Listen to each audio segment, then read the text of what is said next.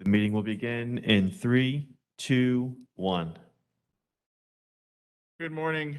I'd like to call the January 19th, 2022 meeting of the Hillsborough County Board of Adjustment Appeals and Examiners to order.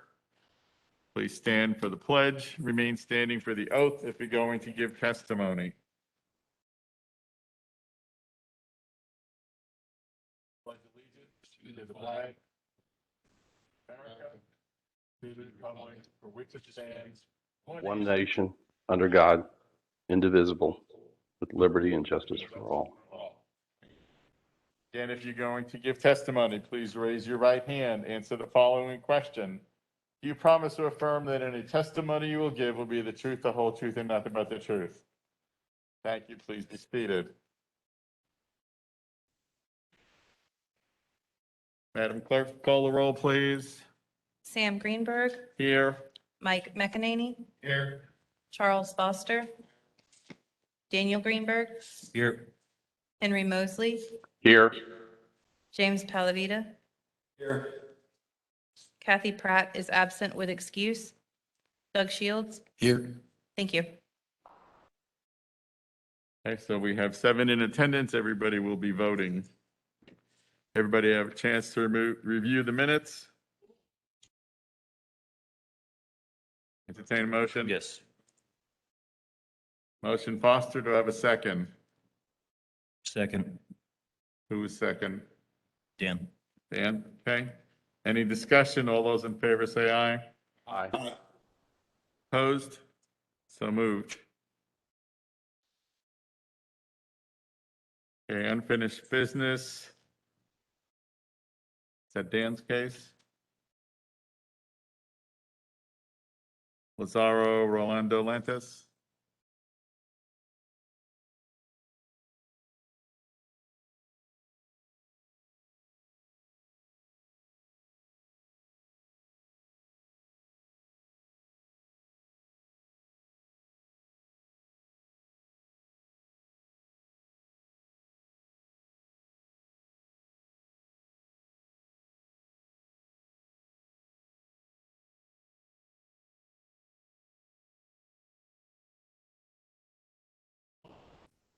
Your name and address first, please.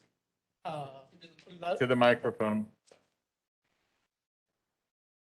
Lazaro Lantes, 201 North New Jersey Avenue. Okay. Looking for the update from you. Yes, sir. Over here. You have this normal thing.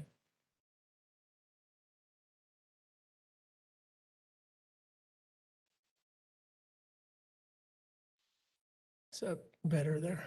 Okay. I went ahead and did some research on my own in reference to the implementation that the county. Hold on, time out. Which I'm case are you referencing? You have, I got a letter from. Staff needs to present the case number first and then the applicant or the contractor. Good morning, board members. My name is Daniel Roman with Hillsborough County Development Services and Code Compliance Inspector. The case at hand is HCCMP 21-00-00313. The violator is Lazaro Rolando Lantes. The address is 2121 West Kyra Drive. Allegations are that the general contractor, Lazaro Rolando Lantes of Lantes Construction Services, is in willful and deliberate violation of Section 8-1 Hillsborough County Code of Ordinance, Part A, HCCO, as follows. 105, when required, failure to provide residential new construction and additions permit for the new construction of room over the garage and awning on the side of the building. 115.3, unlawful continuance. Any person who shall continue any work after having been served with a stop work order, except such work as that the person is directed to perform to remove a violation or a safe condition, so shall be subject to the penalties as prescribed by the law. Recommendations. The contractor's permitting privilege be suspended in Hillsborough County, City of Tampa, City of Plant City, and City of Temple Terrace.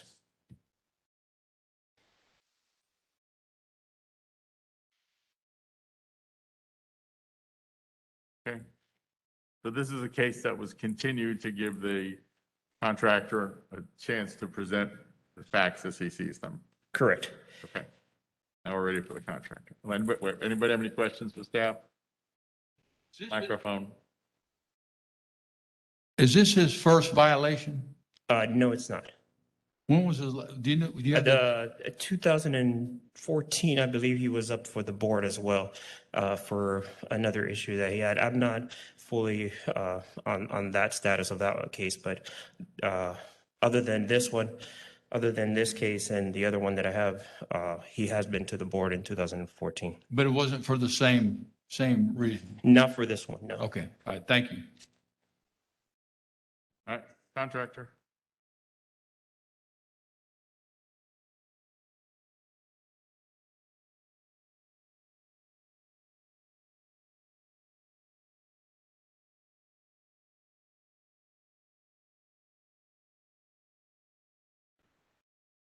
Clarification, the gentleman question that I was before the board before, and that is not correct.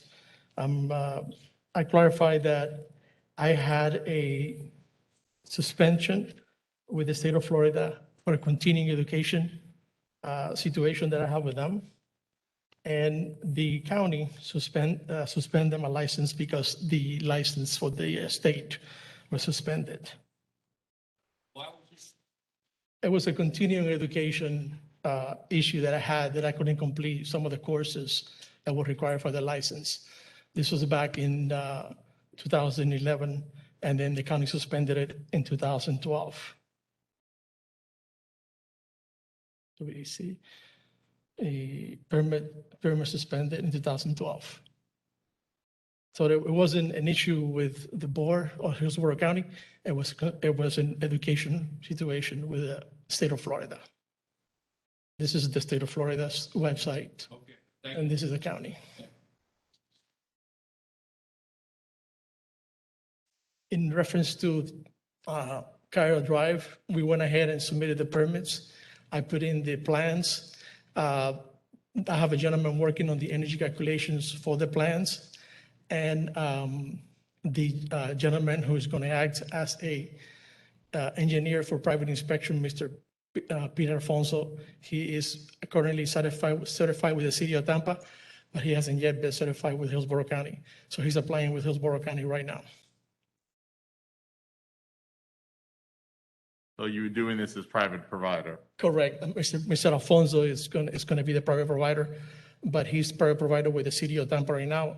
This coming year, he told me that he was going to apply with Hillsborough County.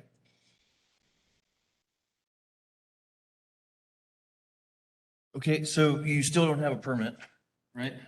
We have applied for the permits. I have done a set of plans, reverse engineered the set of plans for the situation. But you don't have. I don't have the permits right now, no, sir. We're waiting on the provider. So I'm looking here on the paperwork here. It says, so you've had since basically November to get these plans reviewed. I'm sensitive to the time that can take, but what are we looking at? Correct. The thing is that during the holidays, it's very hard for people to get any work done. This is what I've been banging my head against. So what he told me was that beginning of the year, he was on vacation during the holidays.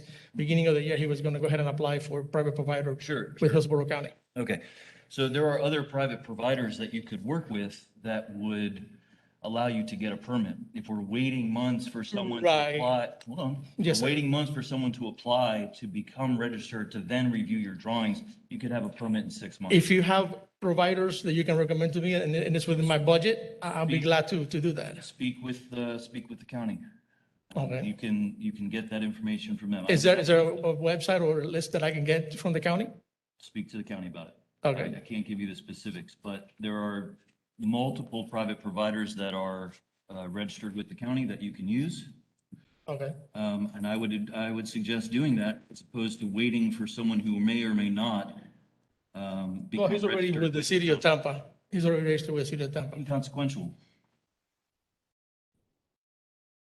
I mean, we're here today reviewing this case because you didn't have a permit to begin with, and we are still back in that same spot. We have Yeah. we have a lot of stuff to go through. Yeah, before today. I didn't have plans or anything like that, and That's the a step that I problem, yeah. took. That's a problem. And that took a while to get all the plans done. Yeah, that's why. So I apologize. I mean, Before you it's apply for a permit. it's right. It's really, I already applied for the permit. It's very hard to get people to work on the holidays. Very hard. Well, I've said what I gotta say. What, can I ask a question? You started this project without a permit. Is that correct? Down here, over here. I'm sorry. You started this without the permit? We initially applied for the permit. No, sir. Did you start this project and get We it started- underway yes, we- without the we- permit? I started it without the permit being approved. That's correct. I mean, is that what we're here for? I mean, what made you think I can start this without the permit? Well, what happened was that I applied for the permit. There's several issues with that property itself. There has been several people who have done work in that property. And basically there was a situation with the homeowner that had certain holes on the permits. When I got into the contract with him, he did not explain to me that he had situations with the property itself. Situations of, for example, he's been constantly done some work with other contractors. The contractors have abandoned the project. They were supposed to get a, what is it called? The property is partially in a flood zone. He initially had to do an ATF, and after the fact, that was applied for, and it was never finished for a theater room. And he didn't explain that to me. When I went to submit that permit, after I submitted the permit initially, that's when it showed up, and it says you have to clear this ATF before you can continue with the work. So I was already money deep into the project, and that was my bad decision. I went ahead and did that. Okay, the bottom line is you started it without the permit and you know that that's not the correct way to do it? That is correct, yes, sir. I'm responsible for that action. Thank you. Who discovered, how did the county get involved? What happened was that the guy is a football player. He was playing for the Denver Broncos. He left to play the season, and he signed the document with me electronically. I submitted the applications for the permit. I submitted all of the paperwork. But what happened was that he initially wanted a bigger garage with an upper room up there. And when he was talking to the neighbor, the neighbor called the county. So they got reported because the previous contractor that was there built it's kind of like an entertainment room, big theater in the garage. He converted the garage, which is supposed to be in the flood zone, to a game room. So he converted a non-living space to a living space. And that cost to be done, what's it called? With the state of Florida requires you to have, it's not remediation, it's when you're building in a flood zone, you have to do a certificate. So how did the county get involved? Because the county, when I applied for the permit, the county told me that it was not approved because of the ATF that was already pending there, and after the fact for that theater. And I was already signed with a contract, and I already spent money on the materials to get the project started, just prepping for the project. Yes, sir. Keith Crockett, Chief of Code Compliance for Hillsborough County. Good morning, board members. We received the county received a service request complaint regarding this property. That's how we initially got involved with this. So a neighbor or someone else called and complained? Somebody called. So he didn't self-admit it? Correct. But did he have a permit application in with you all at the time?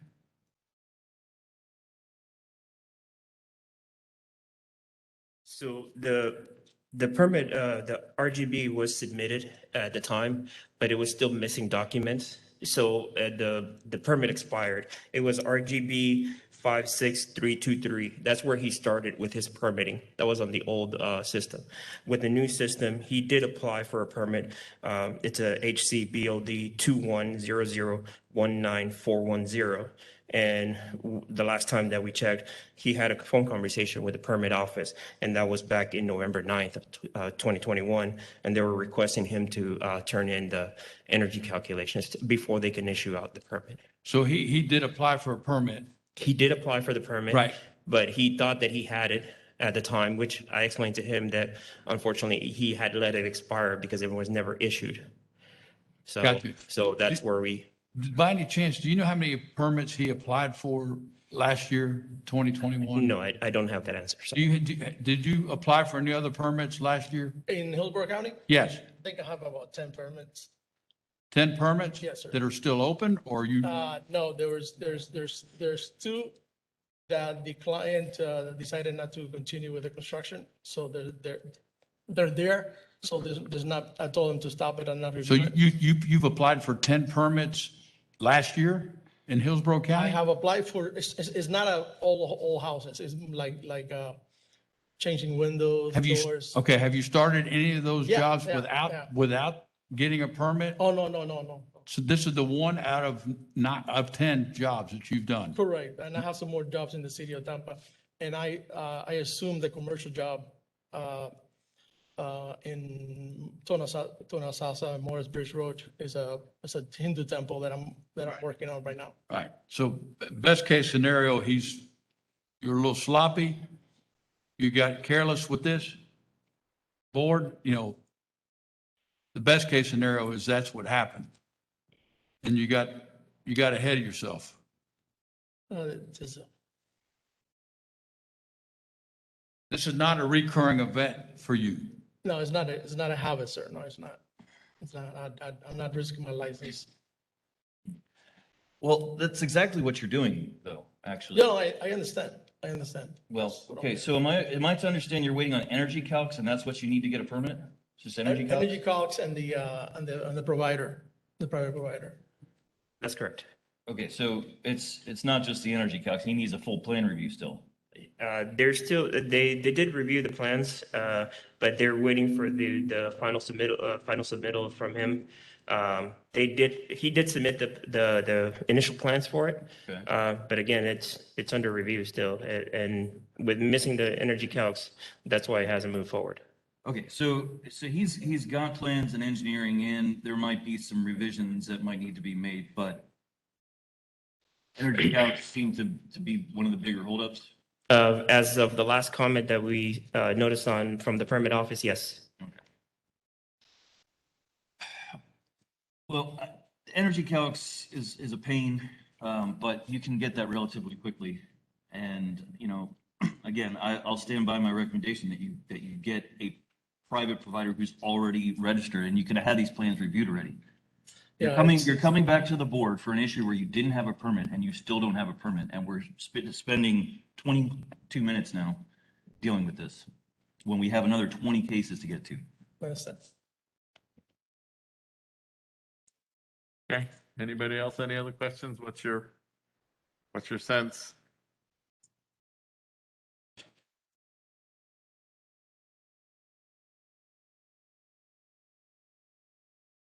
Okay, Sam, so where does he stand? What's at stake here? Suspension of permitting privileges. That's what staff was recommending.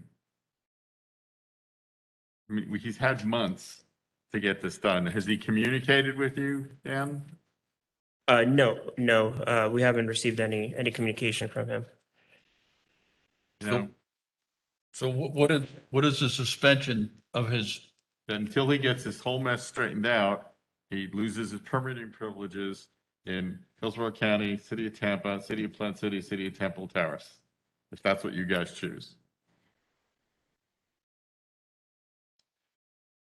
I'll make a recommendation to uphold staff's suspension of the contractor's license until such time that this permit has been issued. I second the motion. Okay, it's suspension of permitting privileges, not licensed because he is state certified Right, suspension of permitting privileges until the case is, the permit. until the permit is issued, yes. Okay, just issued, it doesn't have to be finalized.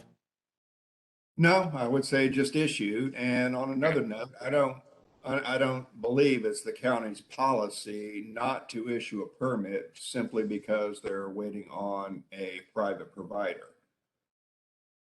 Right, because either county can issue the permit if they've done the plan review, and then the private provider can do the inspections, but I agree with what Jim just said. Yes. Any other discussion? Have a motion and a second. All those in favor of the motion say aye. Aye. Aye. Aye. Opposed? So moved. Thank you. Next is the modification of order. CJ Investment. Who's presenting? Who's from the staff? Mr. Blink.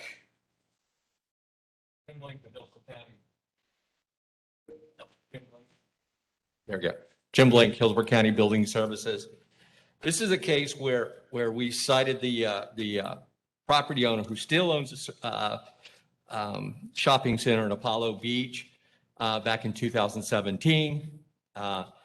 The organization owns quite a bit of parcels in Hillsborough County. And if you'd like, I will show you exactly the property they're trying to remove the lien from, evidently to sell it. No, just what's staff's recommendation? We don't support the to remove the lien from the property. That's our only means of motivating the property owner to come in compliance with buildings, with Florida Building Code when they do a renovation to get a permit. Okay, So you do not support. we don't support it.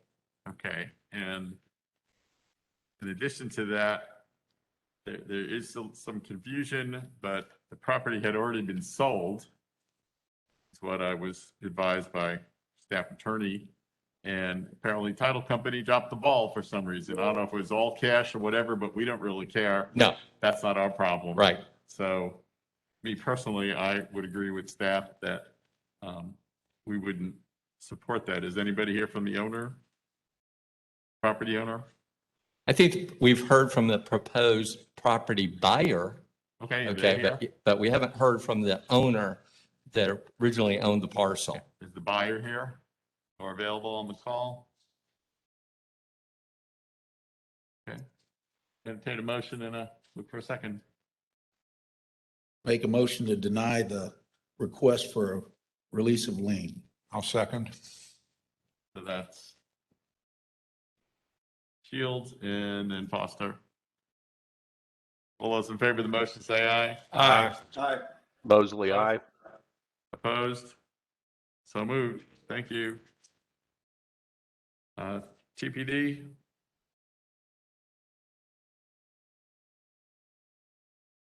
Who's presenting from the city? Good morning, I'm Detective Bill Logan with the Tampa Police Department.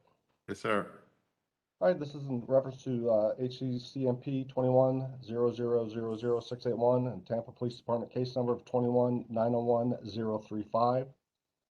The $2,150 citation issued for unlicensed activity, a violation of Section 8.1 Hillsborough County Code of Ordinance, Part A, Section 202.3, 201.1, issued to Mr. Rolando Maldonado Morales be upheld. A lien be placed on any real or personal property owned by Mr. Rolando Maldonado Morales. And thirdly, the $2,000 civil penalty, $101 administrative fee and recording fees be payable to Hillsborough County Building Services, and a $100.50 administrative fee be payable to the city of Tampa. Okay. Motion to Shields and Foster. Discussion. All those in favor say aye. Aye. Aye. Opposed? So moved. Thank you. Thank you. Case ending in 177.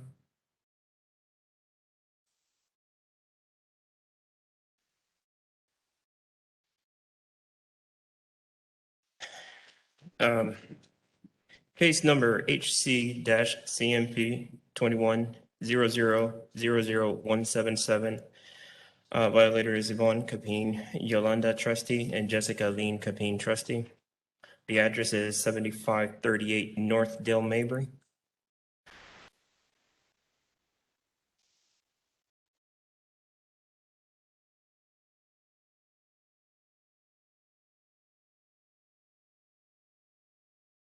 The allegations are that Yvonne Yolanda Capin Trustee and Jessica Lynch Capin Trustee has failed to obtain a permit for the addition to permanent structure of commercial building, failed to provide failure to provide electrical trade permit required for the new lighting inside and outside of commercial building, and is in willful and deliberate violation of Section 8-1 Hillsborough County Code Compliance Ordinance Part A HCCO as follows.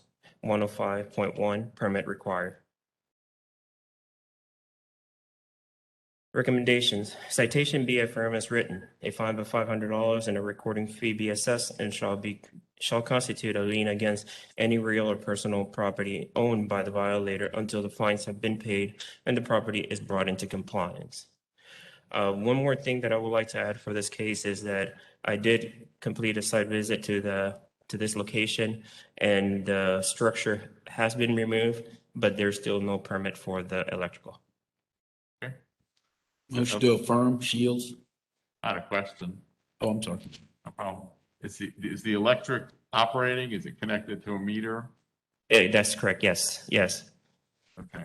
I hate to be the bad guy in the neighborhood, but we've got to get the building official to order it disconnected because it's a life safety issue. It's uninspected electric. And I've had this discussion with Mr. Barrios in the past. So can you relay that to the food chain, please? Roger that. Mr. Shields? Motion to affirm. Second. Field and Foster? Discussion? All's in favor?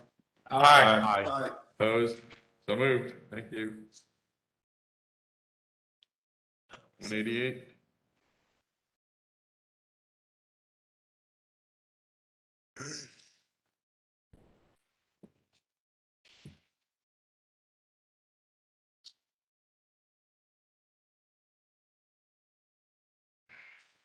Case number HCCMP 21-00001888. Violator Joan Moreira. Address 901 Whitaker Road, Lutz, Florida 33549. Allegations. Joann Moreira has failed to obtain permit for the addition of a new 16 by 14 concrete shed and is in willful and deliberate violation of Section 8-1 Hillsborough County Code of Ordinance, Part A, HCCO as follows. 105.1 permit required. Recommendations. Citation be affirmed as written. A fine of $500 and recording fee be assessed and shall constitute a lien against any real or personal property owned by the violator until the fines have been paid and the property is brought into compliance. Motion? Motion to affirm. Second? Second. Who? Dan. So Foster and Dan Greenberg. Any discussion? All's in favor? Aye. Aye. Opposed? So moved. Case number HCCMP 21-00000251. Violator Erick Gutierrez and Nisa Gutierrez. Address 13508 Greenfield Drive, Tampa, Florida 33613. Allegations. Erick Gutierrez and Nisa Gutierrez has failed to obtain permit for construction of accessory structure for the construction of a 25 by 8 foot shed in the rear of the home and is in willful and deliberate violation of Section 8-1 Hillsborough County Code of Ordinance Part A HCO as follows. 105.1 permit required. Recommendations. Citation be affirmed as written. A fine of $500 and a recording fee be assessed and shall constitute a lien against any real or personal property owned by the violator until fines have been paid and the property is brought into compliance. Motion, Motion to affirm. Second, Shields. Foster and Shields. Discussion. All those in favor say aye. Aye. Opposed? Aye. So moved. Case number HCCMP 21-00-00259, violator Sahili Teresa Gonzalez, 12404 Pepperfield Drive, Tampa, Florida, 33624. Allegations: Sahili Teresa Gonzalez has failed to obtain permit for the construction and additions of a new awning patio construction attached to the main accessory unit in the rear of home and is in willful and deliberate violation of Section 8-1 Hillsborough County Code of Ordinance, Part A, HCCO, as follow. 105.1, when required. Recommendation: citation be affirmed as written, a fine of $500 and a recording fee be assessed and shall constitute a lien against any or real personal property owned by the violator until the fines have been paid and the property is brought into compliance. Motion, Motion to affirm. second. Second, Shields. Foster and Shields. Any discussion? All those in favor? Aye. Opposed? So moved. Next case, HCCMP 21-00-00352. Violator, Ebenezer Real Estate Solutions LLC, address 5916 West Sitka Street. Allegations: Ebenezer Real Estate Solutions LLC has failed to obtain permit for additions and renovations of complete home remodel and is in willful and deliberate violation of Section 8-1 Hillsborough County Code of Ordinance, Part A, HCCO as follows. 105, when required. Recommendation: citation be affirmed as written, a fine of $500 and a recording fee be assessed and shall constitute a lien against any or real or personal property owned by the violator until the fines have been paid and the property is brought into compliance. Motion, Motion to affirm. Mosley, second. discussion. All those in favor? Aye. Opposed? So moved.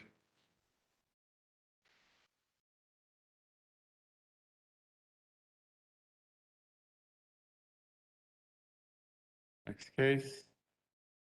Gomez case has been satisfied, right, Kimber? I'm sorry, could you repeat that? The 441, the Jose Gomez, that's been cleared out, right? Correct. Okay, so it's 467 is the next case. Morning, board members. Matthew Kent, Hillsborough County Code Compliance. I have 6 cases. We'll start with case number HCCMP 21-0000-467. Violator is Yosme Jesus Perez Quintana. Allegations are that Yosme Jesus Perez Quintana has failed to obtain a permit for conversion of an accessory building to an accessory dwelling. It is in willful and deliberate violation of Section 8-1 Hillsborough County Code of Ordinances, Part A, HCCCO as follows. 105.1, permit required. Recommendations are that the citation be affirmed as written and a fine of $500 and a recording fee be assessed and shall constitute a lien against any real or personal property owned by the violator until the fines have been paid and the property is brought into compliance. Motion, Motion to affirm. discussion. Yeah, I got a question. The pictures I'm looking at, is it just this little awning thing over the door, or is it the whole structure that's attached to? So it's an accessory building in the backyard. I have some interior photos that should be on there, but. Oh, wait, sorry. So they're converting the uses from a shed to a residence too? Correct. Okay. Yeah, it was an accessory building and that they made it into a dwelling. All right, gotcha. Forgive me. No problem. Any other questions? Have have a motion and a second. All those in favor? Aye. Aye. Opposed? So moved. Okay, thank you. Next case, HCCMP 21-0000-440. Kwang Yu Chen is the violator. The allegations are that Kwang Yu Chen has failed to obtain permits for home renovations, remodeling, including addition to rear of home, including plumbing, interior renovations, and installation of a mini split AC, and is in willful and deliberate violation of Section 8-1 Hillsborough County Code of Ordinances, Part A, HCCCO as follows: 1051, permit required. Recommendations are that the citation be affirmed as written, a fine of $500 and a recording fee be assessed, and shall constitute a lien against any real or personal property owned by the violator until the fines have been paid and the property is brought into compliance. Motion, Motion to affirm. Foster and McEnany. Discussion? All those in favor? Aye. Opposed? So moved. Moving on, HCCMP 21-000-0079. Violator is Geronimo and Maria A. Diaz-Burgos. Address is 901 East Trapmore Road, Plant City, Florida 33563.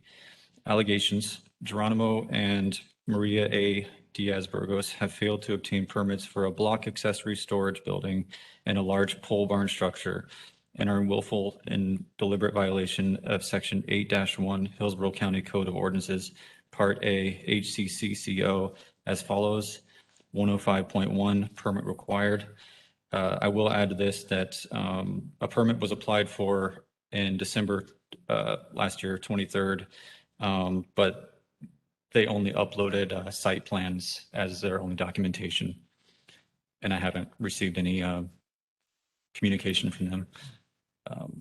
Recommendations are the citation be affirmed as written, a fine of $500 and a recording fee be assessed, and shall constitute a lien against any real or personal property owned by the violator until the fines have been paid and the property is brought into compliance. Motion, Motion to affirm? Second. Alavita and Foster. Discussion? All those in favor? Aye. Opposed? So moved. Next case, HCCMP 21-000-0080. The violators Isidro and Elizabeth Vasquez. Address is 3806 Petty Road, Dover, Florida 33527. Allegations are that Isidro and Elizabeth Vasquez have failed to obtain a permit for an addition to a mobile home and are in willful and deliberate violation of Section 8-1 Hillsborough County Code of Ordinances, Part A, HCCCO as follows: 1051, permit required. Same as the last one, they also applied for a permit April last year, and they never submitted any plans for it. Recommendations are that the citation be affirmed as written, a fine of $500 and a recording fee be assessed, and shall constitute a lien against any real or personal property owned by the violator until the fines have been paid and the property is brought into compliance. Okay, I have a question. Sure. Unless this is a relatively new mobile home, you can't even do additions to mobile homes. Well, you can build, you can't add anything to the mobile home, but you can kind of build like a structure on the side and flash it to the mobile home. Right, has to be a flexible connection where the Correct. mobile home could blow away and the porch would still stand Right. there, or vice versa. Correct. Okay, just, Yeah. you're not trying to be difficult, just asking. Absolutely. Okay, motion, Motion to affirm. Second. Shields. Foster and Shields. Any discussion? All's in favor? Aye. Opposed? So moved. Next case, HCCMP 21-000-369. Violators Antonio Gutierrez and Joann N. Trevino. Address is 6111 Sonota Sassa Road, Plant City, Florida 33565. Allegations are Antonio Gutierrez and Joann N. Trevino have failed to obtain a permit for installation of a mobile home and are in willful deliberate violation of Section 8-1 Hillsborough County Code of Ordinances, Part A, HCCCO as follows: 1051, permit required. Recommendations are: citation be affirmed as written, and a fine of $500 and a recording fee be assessed, and shall constitute a lien against any real or personal property owned by the violator until the fines have been paid and the property is brought into compliance. Okay, motion? Motion to affirm. Foster, McEnany, discussion? All those in favor? Aye. Aye. Opposed? So moved.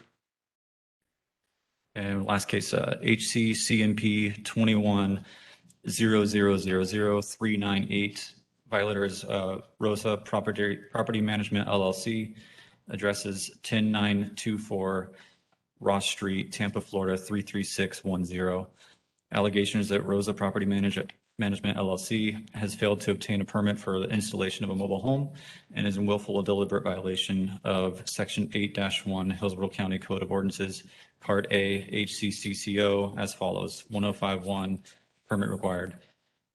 Recommendations that a citation be affirmed as written, a fine of $500 and a recording fee be assessed, and shall constitute a lien against any real or personal property owned by the violator until the fines have been paid and the property is brought into compliance. Motion? Motion to affirm. Push your button on if you're going to talk. Second. Okay, McEnany and Foster. Discussion? All those in favor say aye. Aye. Aye. Opposed? So moved. Thank you, board members. Thank you.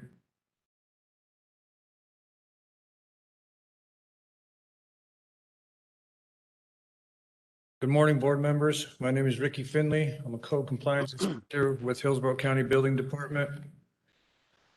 My first case today is case number HC-CMP-21-0000359. The violator is Trustee Company Trustee. Address of violation is 1210 Hereford Road, Ruskin, Florida 33570.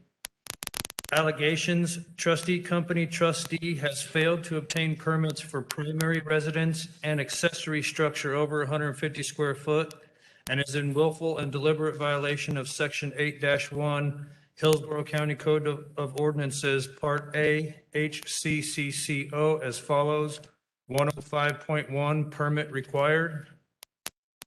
Recommendations: citation be affirmed as written, a fine of $500 and a recording fee be assessed, and shall constitute a lien against any real or personal property owned by the violator until the fines have been paid and the property is brought into compliance. Motion? Motion to affirm. Second. Foster, McEnany. Discussion? All those in favor say aye. Aye. Aye. Opposed? So moved.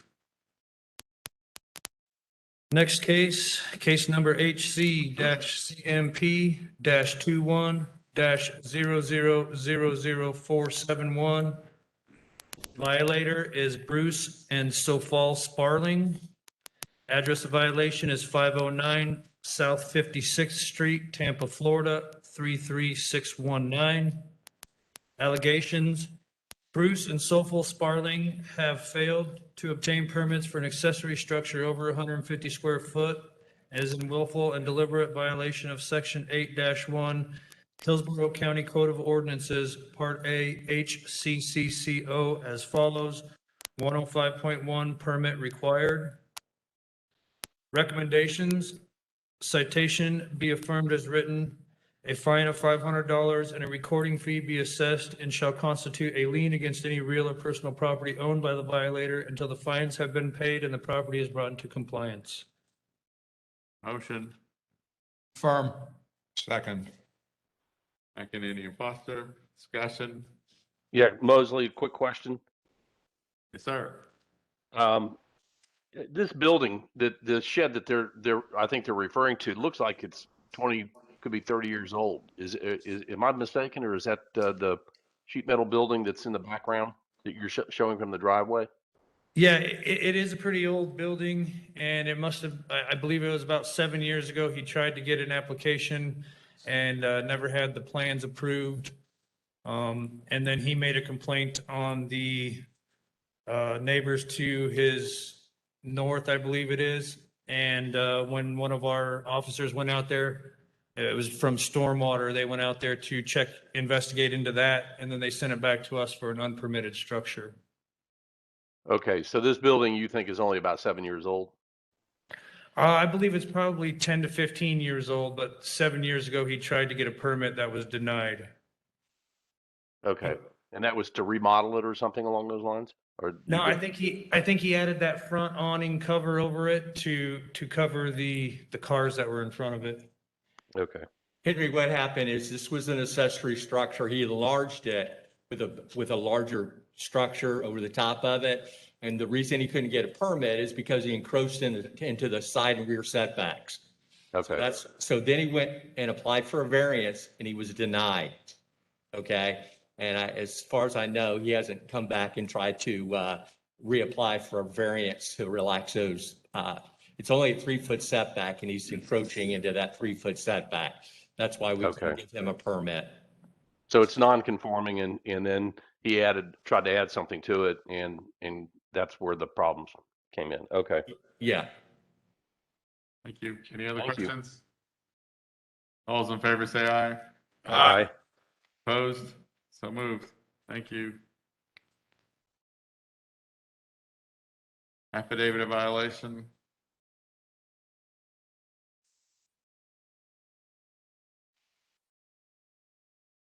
Affidavit of violation, case number HCCMP-21-00000420.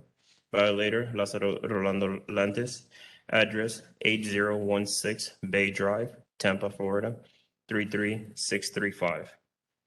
Allegations. Mr. Lazaro Rolando Lantes, license CBC 1250798, Lantes Construction Services LLC, has issued a false certificate of occupancy to Mr. and Mrs. Sergey and Ruslana Kashkut, residing at 8016 Bay Drive. F, Florida Building Code 111.1, use of occupancy. No building or structure shall be used or occupied, and no change in the existing occupancy classification of a building or structure or a portion thereof shall be made until building official has issued a certificate of occupancy, therefore as provided herein. HCCCO 8, Article 1, Section 8-1, Paragraph 113.6.2, Note 1. Grounds for revocation or suspension, evidence that a certificate or a registration has been obtained by fraud or misrepresentation. Recommendations. Citation be affirmed as written. The license holder ability to have permits issued in Hillsborough County and jurisdictions within be suspended.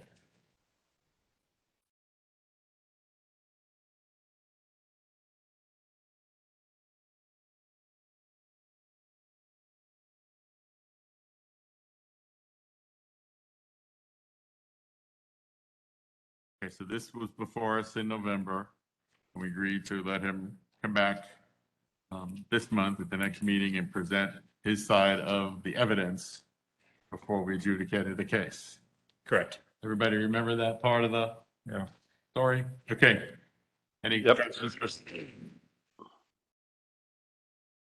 Anybody have a question on the phone?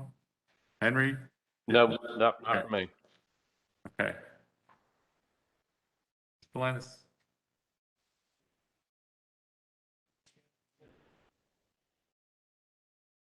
Okay. Lazaro Lantes, 1201 North New Jersey Avenue, Tampa, Florida. I presented the last time that the CO was downloaded from the optic system. So they asked me to go ahead and bring in research and bring proof of the downloading and of the system. So I went and contacted the company that sold optics to Hillsborough County. a company called MindWrap. It's on. And I talked to them and they sold this back in 2012 to Hillsborough County. This is the license number. And these are the platforms that they are running on Hillsborough County. I went ahead and these are just some of the stuff that they sent me. But my interest was the record itself of Mr. Rosalana and Sergey. As you can see, this is an image of the system. And that has the documentation when I took over the permit from the previous contractor. And as you can see, every image in the system has an image number, which it says the date that the image was generated, scanned into the system. It can be scanned by different types of users that have the system. And here's some of the rights of the system and the properties that says leave unchanged, the person who creates the file, and that's how it's recorded into the system. The issue that was addressed with Mr. Sergey was the problem with a certificate of elevation that was submitted to the county almost a year before. When we went into the system and looked at the file, the file itself, as you can see here from the surveyor, the file itself was submitted to the county and it was done on 2/19/2020.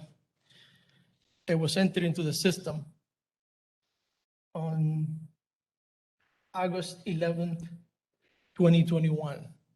That's a year and a half that it took for them to scan into the system to provide them with a CO. This is the second revision that I sent to them. This one here took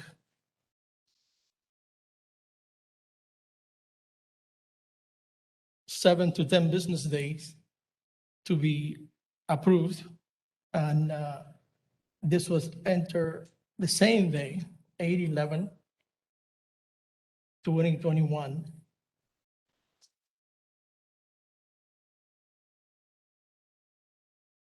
And this was turned into the county, and it was on 7/30/2021. So this one took shorter time, 10 days.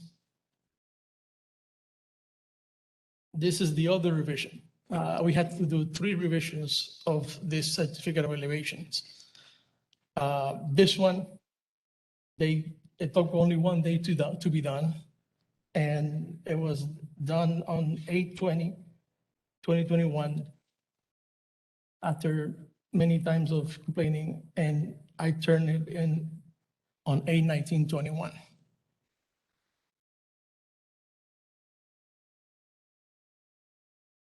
Now, when you go into the system itself and you download a file, the file has a security level based on a Unix model. I know this is kind of like techie stuff, but this is what they gave me. So you said when you download a document from the system, what system are you talking about? Excel? No, not Excel. This is the Optic system. This is a document management software. The older system that is slowly been abandoned is translated into Acela today. I don't know that's what how to say. it works. Just, yeah. Yes. So I went and so here's an example of the files. This is the same file that I presented to you a few minutes ago. That it was the change of contractor form that I did. So if you can see here on the corner here, that is the I don't know if you can see the notes. That's very bad. But it has an image number, and it has the date, the image file number on the file. I can pass it along if you guys can see it, if you don't see it through here. And this bottom here is the hard drive in my computer that it says it received the image. The sample, as I did this last night, it received the image on that day. Okay, what's the point you're trying to make? The point that I'm trying to make is that Please. I downloaded that file from your system, and this is the day that I downloaded the file, 6/10/21. Okay, here's the image file for that image that I provided the surgeons, like excuse, I forgot the last name. So I downloaded that file on 6/10/21 at 1 p.m. And here's the date that it was issued, and here's the date that it was on the old system from Hillsborough County. That is the system previous to Axela. Okay, so you got lots of dates and stuff. The county is saying they didn't issue a certificate of occupancy. The system is saying that it issued it here on this image here, and it's saying it on that I downloaded it on that date. And I cannot change the dates in the computer. And that's where I did a lot of research on this, because this is very serious. Sure. So I already telling you that here's an issue that it took 1.5 years to scan the document into the system. 1.5 years. The county is saying that you don't have a CO, and that the CO that you have is fraudulent. But the dates that you're providing on a sheet of paper here don't change those. Well, they can say that it's fraudulent, and they can say that I what the system shows is that the documents are not being scanned the correct way. How did you get the CO? I downloaded it from this system. You got it from that system? And here's the log files. I can provide you with this. I mean, it makes no sense for me to give a client a CO. It makes a lot of sense, because when we talked last time, you said that was the only way you could get paid. No, I didn't say that. Okay. I didn't say that I didn't get paid. I said you needed to provide some evidence that you had the CO so that you get paid. It was I didn't say that I was get paid, because I took this job. As you can see, there was a change of contractor, and I had to give him a $30,000 credit because of this job. So I already got paid for this job. I wanted to get it ready because there was an issue with that property and the elevation certificate. The elevation certificate is not in question here. The question is whether or not you falsified a CO. But does he have proof that I falsified the CO? I have proof that I downloaded it from the system. Allegedly. That is the question. Well, allegedly, I falsified it. I'm seeing a bunch of command lines. That's what I see. Well, I don't see a certificate of occupancy issued by the county. Well, I mean, that's impossible for me to give you because I don't have access to the county system. I can call the provider who sold the system to the county, and I can get information from them. But I cannot go to the county, and I'm not the system administrator for the county. So I don't have access to their file system. When we were here? Go ahead. No, go ahead. Can I speak to the inspector quickly? Yes. How did he get this certificate of occupation or occupancy? Actually, this case was created in the first case was created in 2019. It was opened in April of 15th of 2019, the first case for this CO that he did not have a CO. So there was somebody, a previous inspector before me, that already had talked to him about not having the CO. Don't know what happened between that time. We got called in by the citizen and telling us that they had a CO and it didn't look right, is what the citizen told us. So the case was opened back in July 14th, 21. When we actually took a copy of it, we asked her to give it to us to see if we can compare it to the documents that Optics has.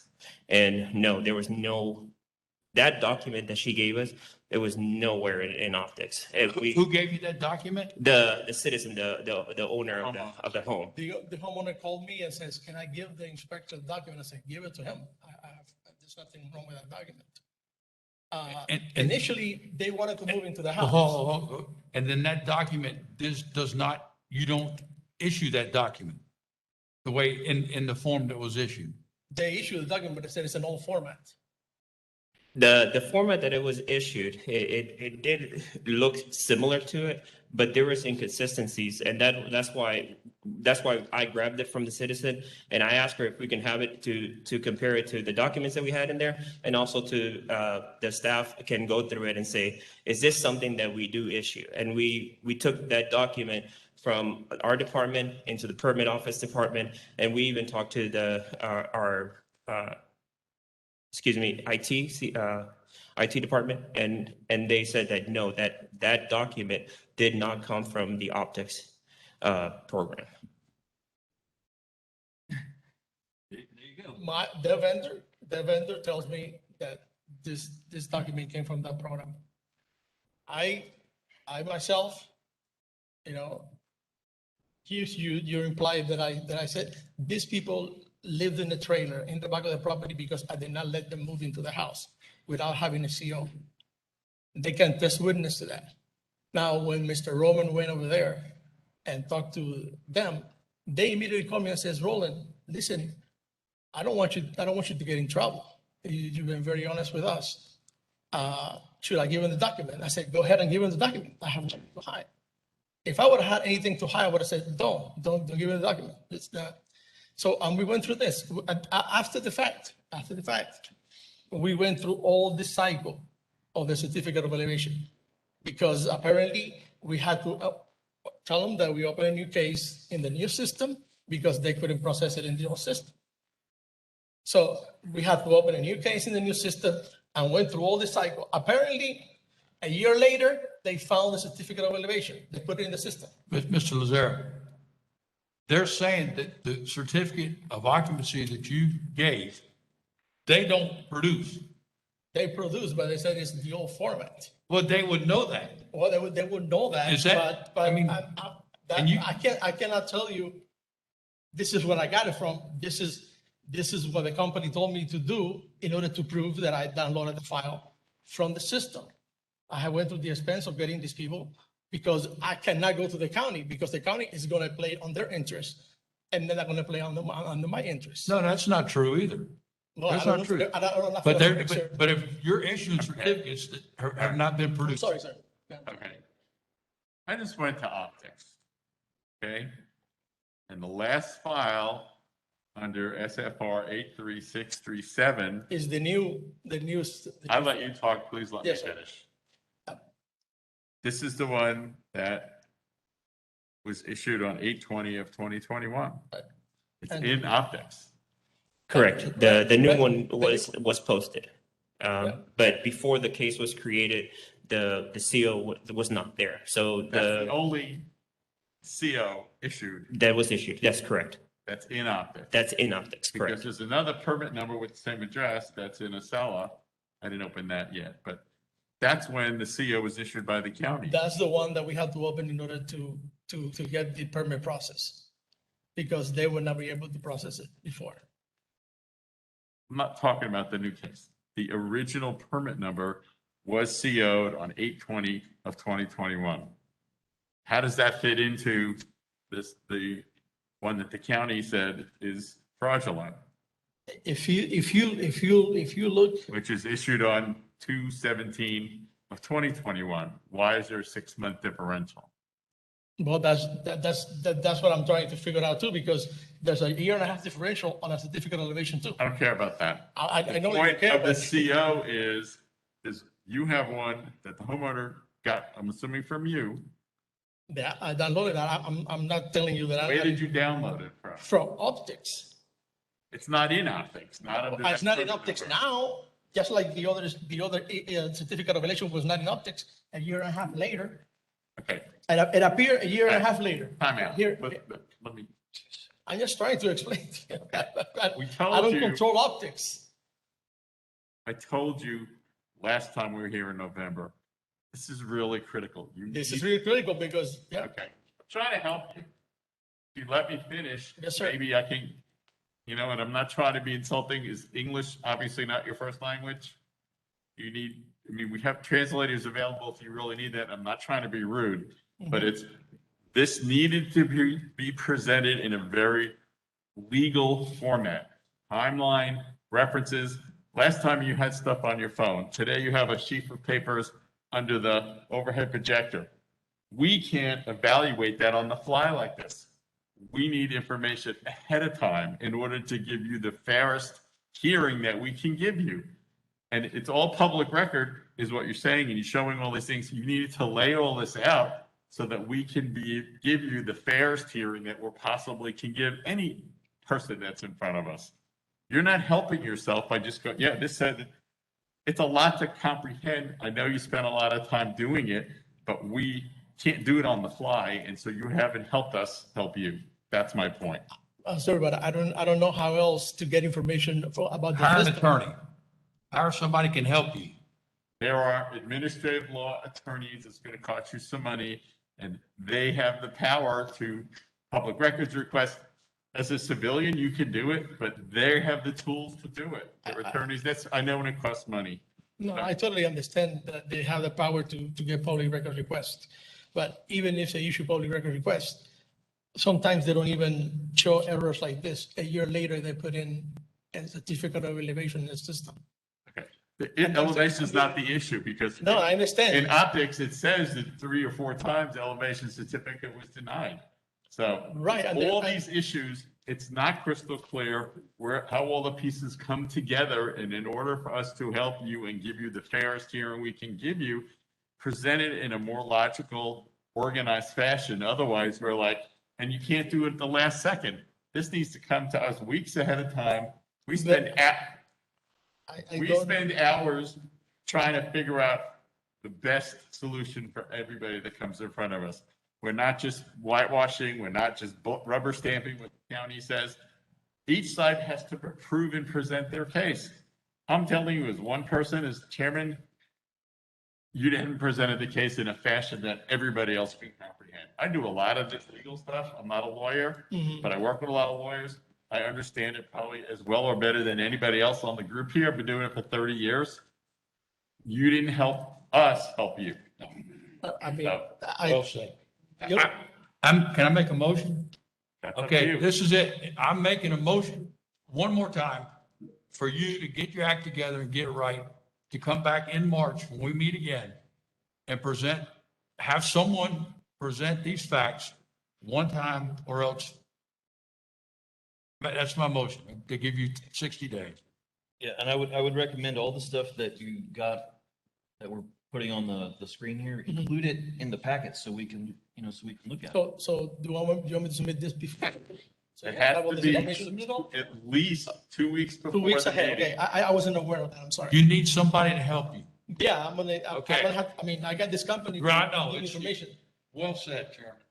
Okay, you organize it, you put dividers, you have an Okay. index. Lawyers are paralegal to help you do that. And we've seen these before where they come in with a book and everybody, we get it ahead of time. We can look at the tabs, and when you present, look at tab 3, look at tab 7. And then you're not shuffling papers, and it just indicates to us that how unorganized your case is. And and you may perfectly well be honest and right in what you're telling us, but I can't help you when I can't understand what you're trying to present when it's on the fly. Have a motion and a second. Any other questions? Discussion. Sam, Sir? go ahead, Doug. Go ahead, Jim. Yeah, Sam, under that supposedly fraudulent certificate of occupancy, it's got a permit number of SFR 83673. Now, when I pull that up on the old Hillsborough County building permit reports, it's actually got a totally different address. It's 637 on the certificate, and that's what I pulled I'm up. sorry. Okay, I'm sorry. No problem. A lot of numbers. Sam, Discussion, go ahead. from the prior affidavit violation earlier, his permitting privileges were suspended, so he'll stay suspended until he comes in here. Both things have to get cleared up. Well, this one is still, it's just continuing. The first one is stops Understood. them from getting new permits once the order is issued. Right. Okay, any other questions? Would it be possible for the county to provide a sample of a CO that would have been issued legally, that we could maybe compare the two? I know you An guys optic. already did. I don't know anything about optics to get it. An attorney will help him with this case. Yeah, I mean, You could, if you show up here alone in 2 months, it's not gonna be good. Sam, this is Joy Smith McCormick. yes, ma'am. I was just going to suggest that the staff can offer to the board anything it feels like is helpful. It remains the staff's burden to prove this violation. So if the board member needs to see whatever they need to see, whatever assistance they need from staff, whatever requests they want to make of staff to make this clear, then I recommend that that be provided. Okay, so we would get with Mr. Crockett or the investigator and get whatever we need.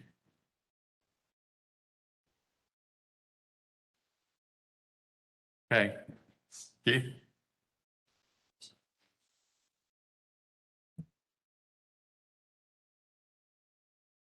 Is there any information I can give you right now? No. Because we provided the packet of all the items in optics and. Like I said, we got your package ahead of time, Okay. trying to help the contractor, and I can't treat anybody differently. Everybody has to be treated fairly. Your stuff is nice and organized and neat. And I know what you provide, and I know what optics could do and not do, but he's defending his livelihood, so I just, in ultimate fairness, he needs to present what he needs to present in the way that we can comprehend it. We're not lawyers. So if we have any issues in the next 2 months, you'll hear from us. Thank you.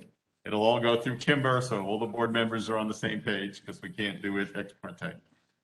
Thank you. Did I say anything incorrect, Ms. McCormick?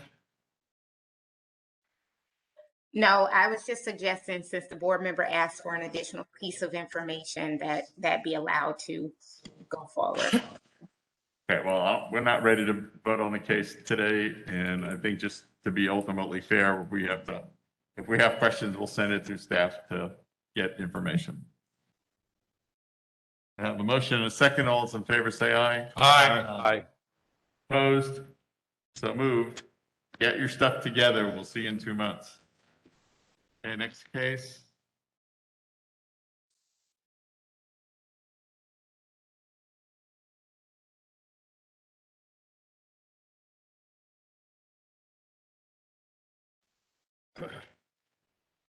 Next case.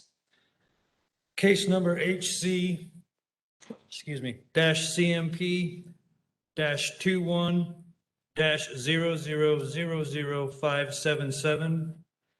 Violator is Scott Hauser, license number CPC 1459383, doing business as Cox Pools of the Gulf Coast LLC. Address of violation is 2609 Brooker Trace Lane, Valrico, Florida 33596. Allegations. Scott Hauser, doing business as Cox Pools of the Gulf Coast LLC, has failed to obtain final electrical and barrier inspections prior to filling the pool with water and failed to meet Florida Building Code and Hillsborough County residential swimming barrier requirements. He also has numerous life safety electrical violations at this residence and is in willful and deliberate violation of Section 8-1 Hillsborough County Code of Ordinances, Part A, HCCCO as follows. 110.3, required inspections, swimming pool inspections, first inspections to be made after evacuation and installation of reinforcing steel, bonding, and main drain, and prior to placing of concrete. Final inspection to be made when the swimming pool is complete and all required enclosure requirements are in place. In order to pass final inspection and receive certificate of completion, a residential swimming pool must meet the requirements relating to pool safety features as described in section 454.2.17 of the Florida Building Code. Number 2, Florida Building Code Residential 4501.17, residential swimming barrier requirements. Residential swimming pools shall comply with sections R 4501.17.1 through R 4501.17.3. R, Florida Building Code R 4501.17.1.9. Section 1, doors and windows, exit alarms must comply with UL 2017 with a minimum sound pressure of 85 decibels at 10 feet. Must sound immediately after the door is opened and last minimum of 30 seconds. Must automatically reset in all conditions. Must be distinctly different from the alarms in the home, such as smoke detector and burglar alarms, etc. Must have a switch at least 54 inches above the threshold of the door to temporarily deactivate the alarm for a single opening. And the last, or one of the last, FBC R 4501.19, final electrical and barrier inspections must be completed prior to filling the pool with water. Filling pools with water prior to calling for and passing both barrier and electrical and final inspections is a violation of the Florida Building Code and the Hillsborough County Construction Code and will result in a citation and possible negative action against your construction license. These next violations are per Keith Crockett, Electrical Inspector and Chief of Code Compliance and Contractor Licensing. Number 1, NEC 680.26, equal potential bond not connected. Number 2 is NEC 110.26A1, working clearance for existing panel. Pool equipment is installed directly in front of the existing electrical panel.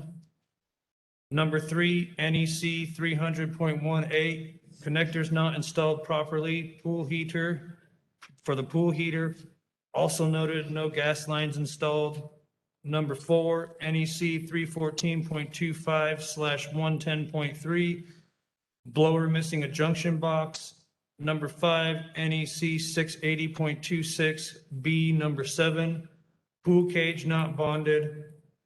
Number 6, NEC 300.15, ODK wiring not secured in junction box and not properly safed off.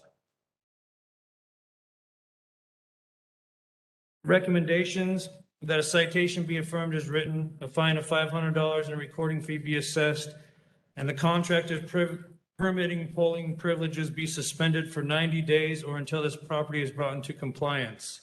In Hillsborough County, City of Tampa, City of Plant City, and City of Temple Terrace until the property is brought into compliance. And also that the Construction and Electrical Industry Licensing Board be notified of the board's actions. One of the reasons we brought this case to the board is just to bring note to the repeated action of Cox Pools. We've had numerous cases over the year that are in the same standards. There was a pool being filled with water without final electrical inspections. And we've worked with them on, besides the list that I've shown here, there was about 7 different permits that one of the foremen had sent to us that were in the same condition. We worked with them on those and they got those into compliance, as well as these ones are in compliance, but the action continues. And the homeowners are here, as well as, I believe, a representative of Cox Pools. Thank you. Thank you. Could you got a little smaller font? Maybe a little smaller. Sorry, there's a lot in there. Okay, contractor? Yes, we're here. Well, you have somebody in the room, so your legal representative? I also wanted to add one more thing. For this project, there was a permit that is currently expired. It was filed in 4/29 of 2020 and issued at 6/30 of 2020. There was only 2 inspections ever called in on this project, which were pool steel inspection that was approved on 11/4/2020, and a plumbing rough inspection approved on 10/30/2020. No other inspections have ever been called in, and the permit expired 5/3/2021. Okay. Come on down. Your name and address, please, sir. Yes. Kenneth Burden, I'm attorney to Adams and Reese at 100 North Tampa Street, Tampa, Florida. I have the privilege of representing Cox Pools in this matter. On the electronically appearing is Ms. Hillary Bello, the owner, and Gray Buffkin, the project manager on this project. Is the qualifier one of these people? Excuse me? Is the qualifier one of those people? No, the qualifier actually has COVID and could not attend today. Ms. Bello would have been here herself, but Ms. Bello had a baby last year who was premature in intensive care, so she's appearing with COVID, appearing remotely. That's fine. Just want to know if the person who's holds the license is with us and you're saying, no, he's not here. No, like I said, he has COVID. Okay. I'm sorry.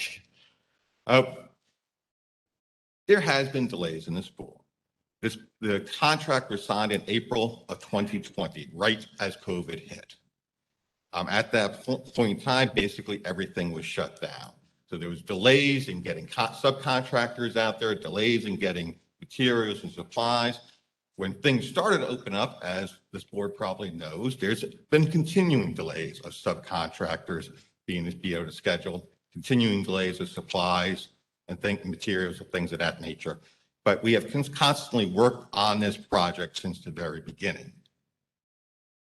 It's also a remodel pool, so it's a little bit more complicated.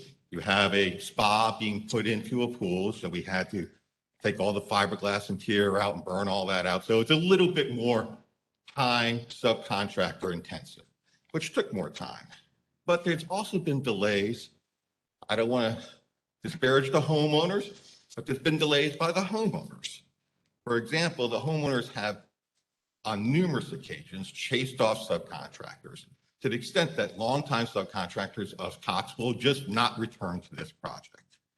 For example, the first plumber in February 2021 refused to go back when he went in there to start doing the plumbing and doing the footers for the screen. He refused to go back because of the homeowners. The deck installer in March 2021 also refused to go back because of the homeowners. The first screen contractor we had up there refused to do the job, our longtime screen contractor, because he received incessant calls from the homeowners on when it was going to be scheduled and kept on telling them, you're on the schedule, but I'm very, very busy and you're on the schedule. But then he just refused to go there because of his incessant calls. The second plumber went out there. He started to finish the footers on the site, got harassed, had to leave. The second screen contractor was just out there in October 2021. He left the material out there. He couldn't put it all up because there was some footer work that needed to be done, additional footer work. But he was also refused re-entry to the property after that footer work was done in order to put it up by the homeowners. The second plumber also went out there in October 21, finished the footers, but was also harassed and left and doesn't want to go back. When we received this notice of violation, and originally the notice of violation went to Cox Pool's address, just so the board knows, went to Cox Pool's address. It was signed off by a KM Cox. Well, a KM Cox doesn't work for Cox Pools. There's a thrift store right next door owned by KM Cox, and apparently the post office delivered it there. But we found out about the violation when Mr. Finley called Mr. Gray Buffkin, he's the project manager, somewhere around November 30th, 2021. And right as the holidays hit, we scheduled then our subcontractor, Energy Crisis, to go out there, along with Mr. Buffkin, who's on the line, he can tell you, on January 4th to investigate all these alleged violations and cure any violations that they are. We were refused entry by the homeowners. We are more than willing to go back and repair anything that needs to be repaired, electrically or otherwise, call in the proper permits, as we have worked with Mr. Finley said, we have worked with Mr. Finley on other projects and have done exactly that where the homeowners cooperated. For the pool issue? I didn't hear that. Is that a question? I don't know if he's on this one. I hope not. David, can you hear us? If you're not speaking to the board, please mute your mic.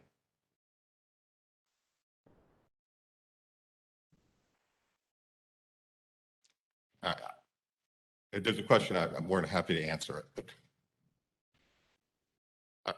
So we are more than willing to go back and investigate and fix with our electrical subcontractor, with Mr. Buffkin, with the qualifier, if his COVID is done by then, and go back and fix anything that needs to be fixed, call in the proper inspections with Mr. Finley in the county, and get this project done. What we need to do is we need to have access allowed by the homeowners, and we need the homeowners to stop harassing our subcontractors and just let us do our job out there. Last time we went out there on January 4th, the homeowners said something to words to the effect of Mr. Buffkin, the project manager, that they have retained their own contractor and will complete the project. If that's going to happen, that's fine too. But we can't, Cox Pools can't be fined for something they can't correct and have no opportunity to correct. We want to do that. If the homeowners want to hire a new contractor to do it, that's fine too. And maybe this would be a civil case after that, and that'd be fine too. I did write a letter after the January 4th, after there were refused entry to the property, my client with the electrical subcontract. I wrote a letter, should be in your packet, dated January 7th, basically a notice of breach of contract to Mr. Gadsden and Mr. Green. 2 weeks ago? Yes. January 7th. They refused entry January 4th. So if they refused entry January 4th, I wrote it. Long time though. Absolutely, it has gone. You find it right. Absolutely has gone. I don't contest it's been going on a long time. Part of that is delays because of COVID. Part of that's delays because of all that. Yeah. And then even in my January 7th letter, which I wrote and I sent via email and I FedExed it, I said, yeah, we consider you in breach of contract, but we don't want to consider you in breach of contract. Just contact me and tell me when we can arrange, and you'll give us access. When can we arrange to come in there and correct all this, fix your pool, whatever has to be corrected, investigate it, and finish up this pool project. I received no response from Mr. Green or Mr. Gadsden. On January 11th, I sent another letter to Mr. Finley, basically outlining everything I said here. There's some pictures attached to that because the pictures that county took it's not what we remember when we left that project, how it looked. I don't know what happened between the time the county took the pictures and the time we had the pictures done, but you can see our pictures there. But regardless of how the project looks, we will go there and we will fix everything, investigate everything, and fix everything that needs to be fixed to the county's satisfaction. But we can't do that without the homeowners allowing us entry to the property. I have a question. County said you only called in, when I say you refer to your client, only called in 2 inspections. What about the rest of them? Were they just never called in? We had Miss Bello on the line and Mr. Buffkin. They could probably answer that better than I can. Tell them to answer us. Are they on the line? Yes, hello, we're here. Okay. How many, the county said you only called in, when I say you, Cox only called in 2 inspections. How come? It takes more than 2 inspections to build a pool. Correct. So this was a renovation. The pool itself was already there. We added a spa connected to the pool. I believe it was more just a case of we weren't sure which inspections to call in because it was not a new construction project. It's very clear in the pool section of the Florida Building Code, and Chapter 1, the administrative section, what inspections are required. Your lawyer talked about removing fiberglass. Is the existing pool fiberglass or gunite? It was the fiberglass that was removed was the fiber textile interior finish on a gunite pool. Over the So, gunite. Somewhere in the So that was all removed off of the existing gunite, then you had to tie the new spa into the structure of the old pool, correct? So there's footings, there's steel, there's a bonding inspection, there's a plumbing inspection, there's multiple inspections. The bond, so there was originally a concrete deck. So your pool bond is buried below that concrete deck on this remodel. So the only bond you can actually inspect is the new steel bond tied to the spa. Right, but was that inspected? That was before me, so I'm not sure of that. I know the steel was. Okay, but when you add new, and Chuck is a pool contractor, when you expand and tie it together, it's all got to be bonded together for continuity.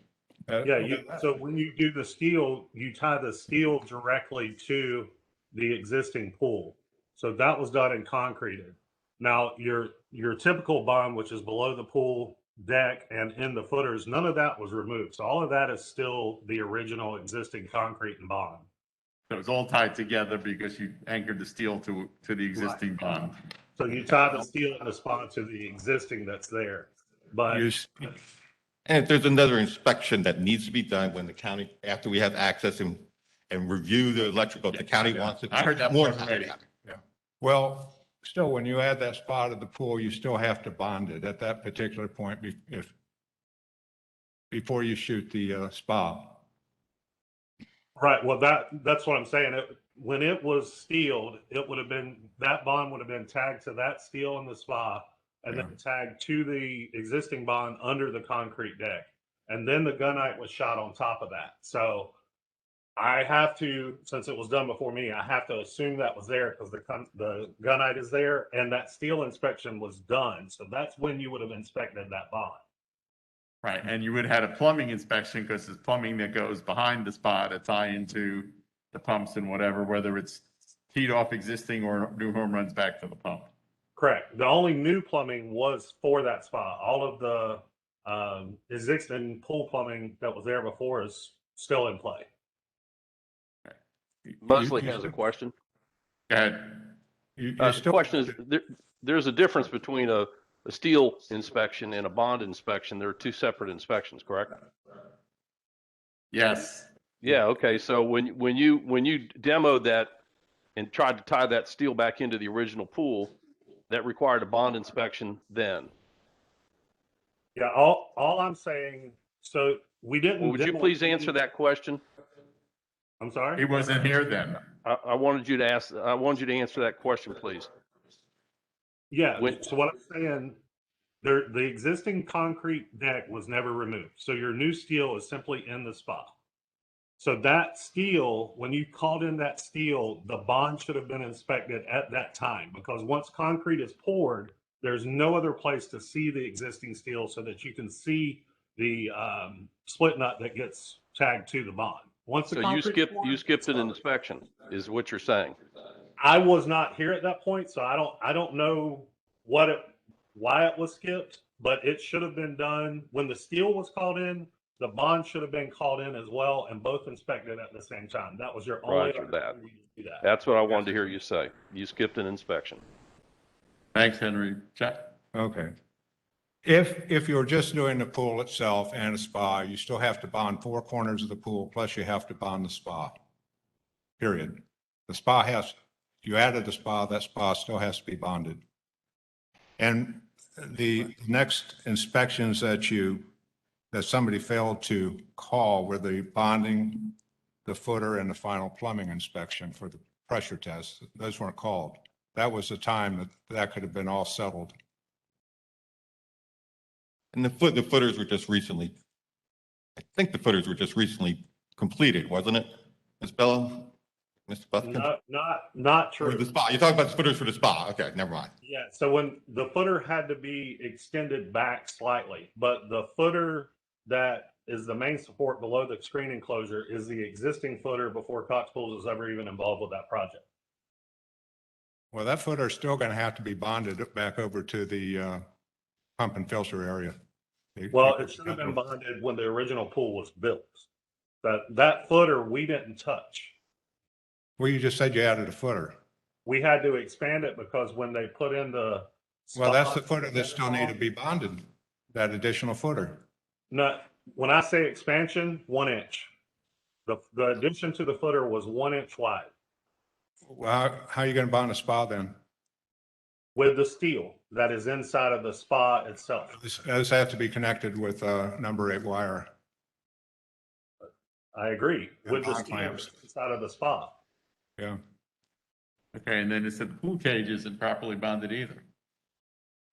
No, and you can't get your final electric unless the pool gauge is bonded and everything else is up to code. And once again, if we have access to the property, we will cure all the deficiencies to the county satisfaction. Legally, you can't fill the pool with water until you have your safety inspection and final. Absolutely. That was a mistake by the subcontractor who filled the pool and he should not have. We agree with that. We agree with that.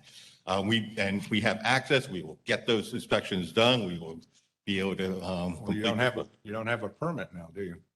They'll have to reinstate the permit. We'll reinstate the permit. That's the first I heard of that. Okay, we're gonna have more questions for you. I'd like to hear from the homeowner. Other here?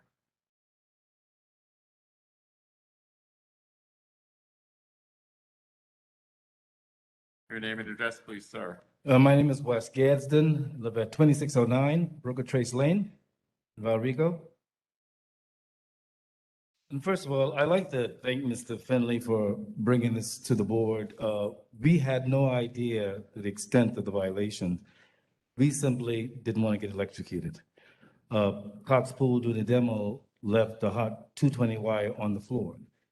Greg on the screen there, well aware of that. A number of times he came by and said, this is unsafe, this is not right.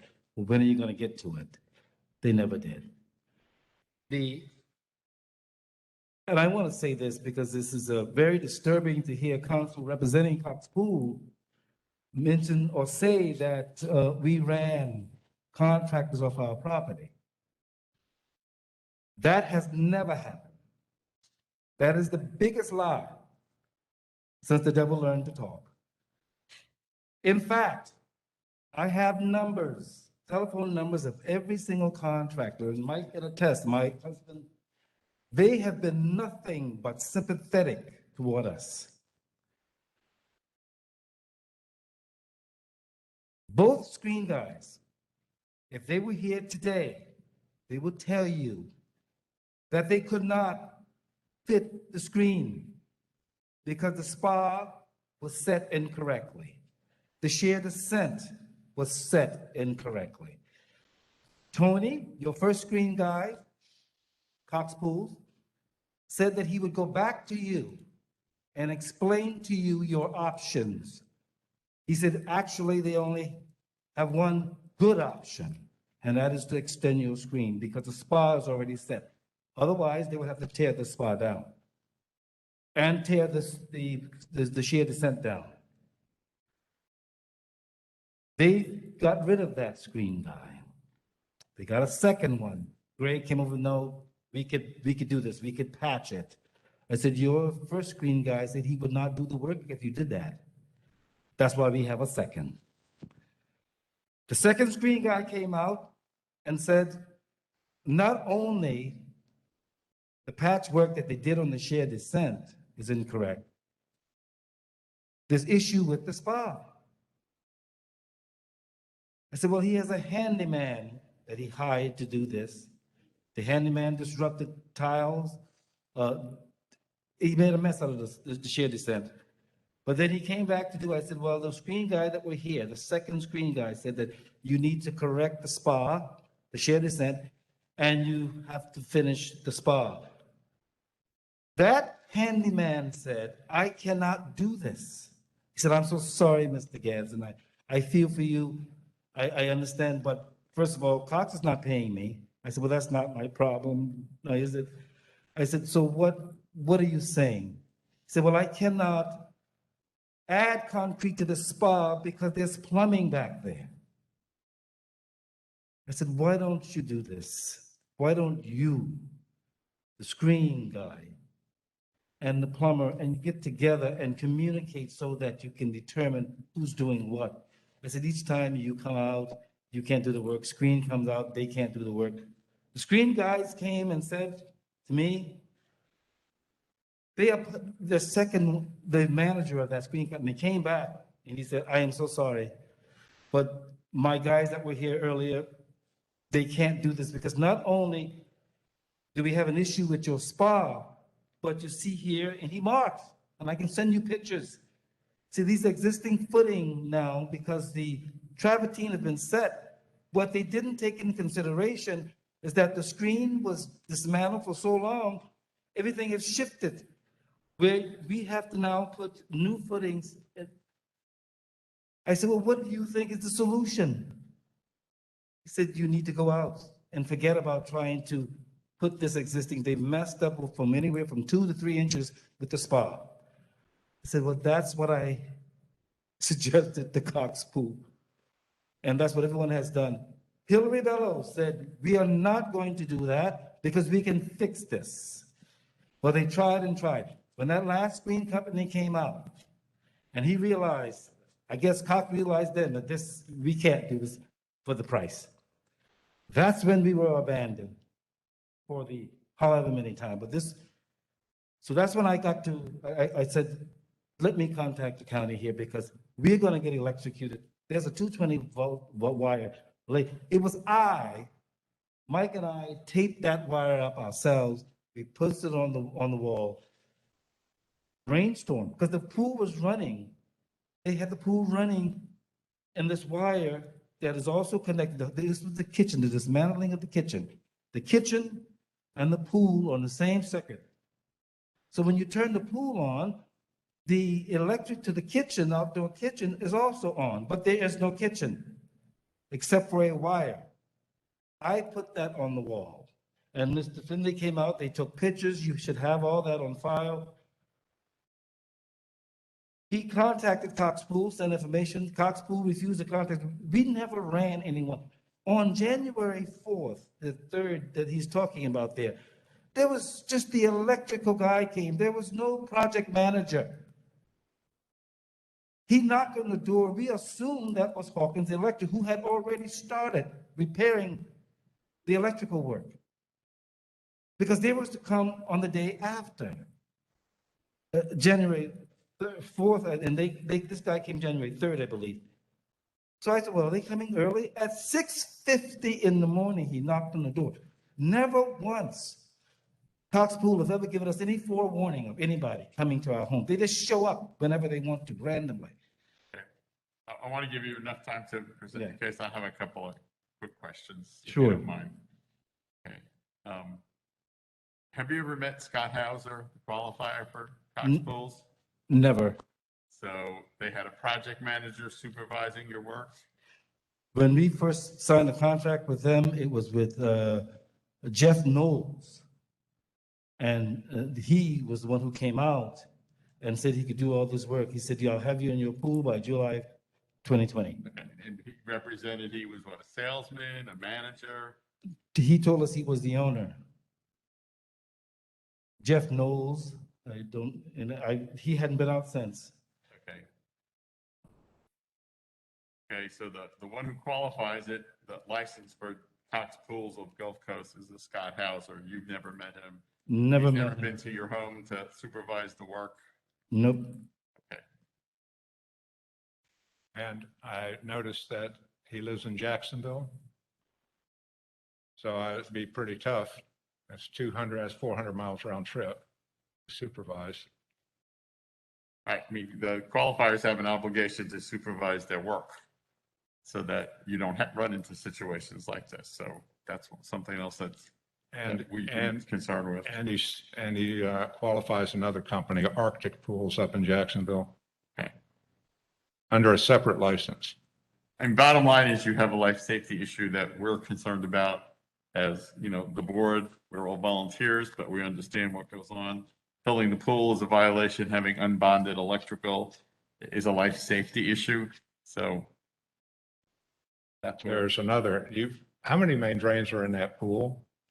There's one main drain and the cover was left open, there was no cover there. I hired Hawkins Electric to do that, and the leak wizard. They discovered 5 leaks in the pool. Okay, They but have the main since been drain repaired. is a life safety issue because there's an entrapment Yes. issue in pools that came about years ago. Well, I probably need to ask somebody from Cox Pools if they put in another suction line. There's 2 lines run to that one pot drain. Pardon? So the original drain system in the pool is what's still there. Okay, and I see a Panair variable speed pump. Do we know what kind that is? Is it a VSF or VS? VSF. Okay. Is it a SVRS as well, or just the VSF? Just the VSF. Okay, well, that's a life safety issue too, because you can't make a pool less safe than it was before. So you need 2 suction lines, minimum 3 feet apart. I got a question for the homeowner. The pictures that we're looking at show the screen enclosure pretty incomplete. Unsupported joints. I mean, it looks pretty rough. That's what he Has said. Has the screen been completed, or that's still? That is next on my list to have completed. I've already spoken to another company that would do that for me. And the screen work was contracted through Cox? Yes, How much have you paid Cox? we paid them $53,000 or more. How much was the original contract? Oh, I'm sorry, we paid them, who should have a price in it. Do you have that? I said, we paid them, I should go back. We made all of the installment that they've asked for. They contracted us for $53,000. The only thing that is left is about $3,000 for what they call punch-out items. The reason why we made those installments, even though the work was not being done, no one's being communicating with us, is we didn't want to give them an excuse to say, the reason for the delays is because you didn't pay us. Right. That makes sense. And I can tell you, there's 4 subcontractors on the board. And I'm speaking for myself, and anybody can pipe in. I'm not aware of a homeowner paying a subcontractor money to do a job and then purposely run off the subcontractors. Is that common with you, Doug? Chuck? No. That's unheard of. I mean, Henry, do they do that a lot on your jobs? So it doesn't make sense. It makes no sense at all. It does not, sir. Okay. And this is what's so, I'm sorry. No matter how crazy you might be. It's, Yeah, I mean, since when does rude customers mean we don't have to do work? I mean, the customer's attitude on the job, I think, is inconsequential to me. I mean, so what? He's pissed off. He's doing it as.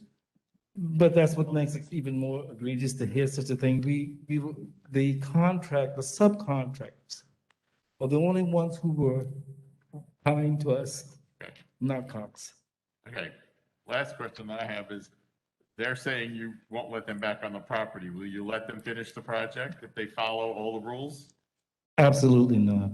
At this point, we no longer we do not trust them, especially after that statement the council made. We've already proceeded, we've gone forward. We've gotten most of the electrical work that Mr. Finley can attest to has been taken care of. We've spent in excess of $15,000. I'm about to spend another 19 to have the screen. I just want. Just ask you the question. Yes. You don't have to do. I do not want them on my, I do Okay, not. that's don't all we want know. them on my- We just need that on the record because it affects what we can do. Thank you. Any other questions? Did you say you had the electric finished? They're working on it. He's gonna get that. Most of the electrical, it has been done, yes. The only thing left now is the gas will be out this week. Hawkins will also do that, the gas. And then now we are looking to get Cody Pools to do the screen. They came out, they were very nice, spot on. And I must add that the contractors that have been since, they've always given us dates as to when they're gonna come out. They will call the day before, and they will also call the day of.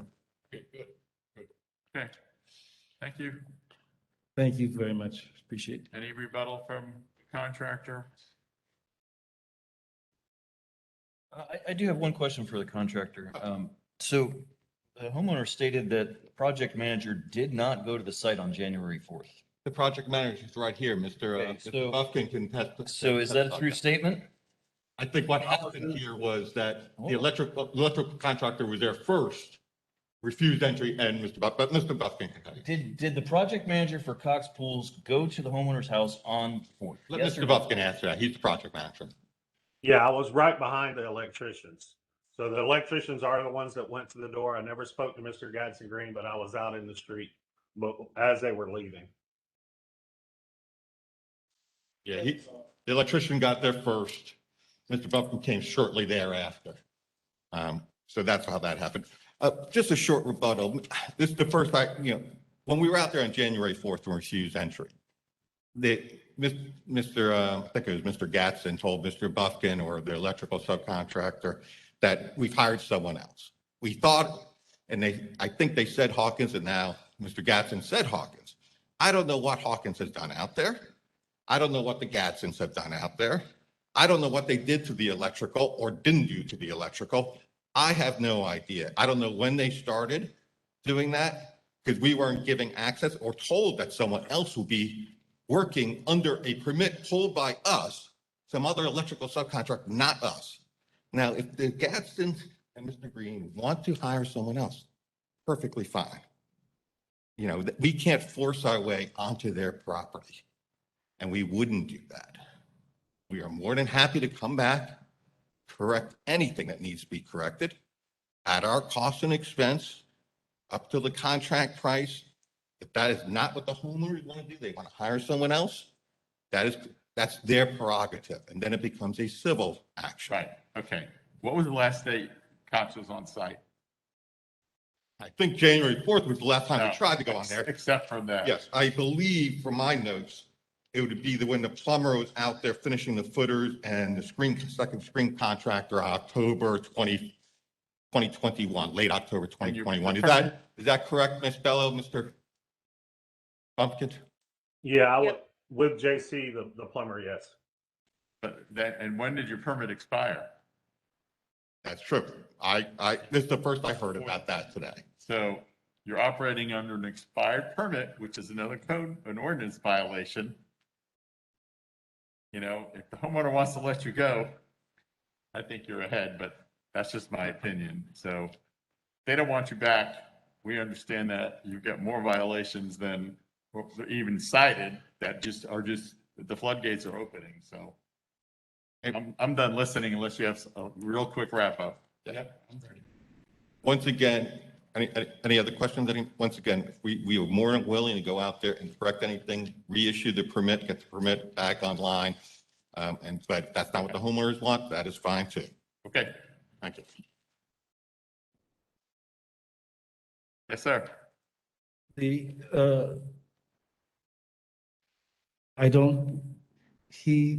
making it sound as though we were in communication. No, we got it. Okay, Trust us. we were not. We know. And we did not kick, anyway.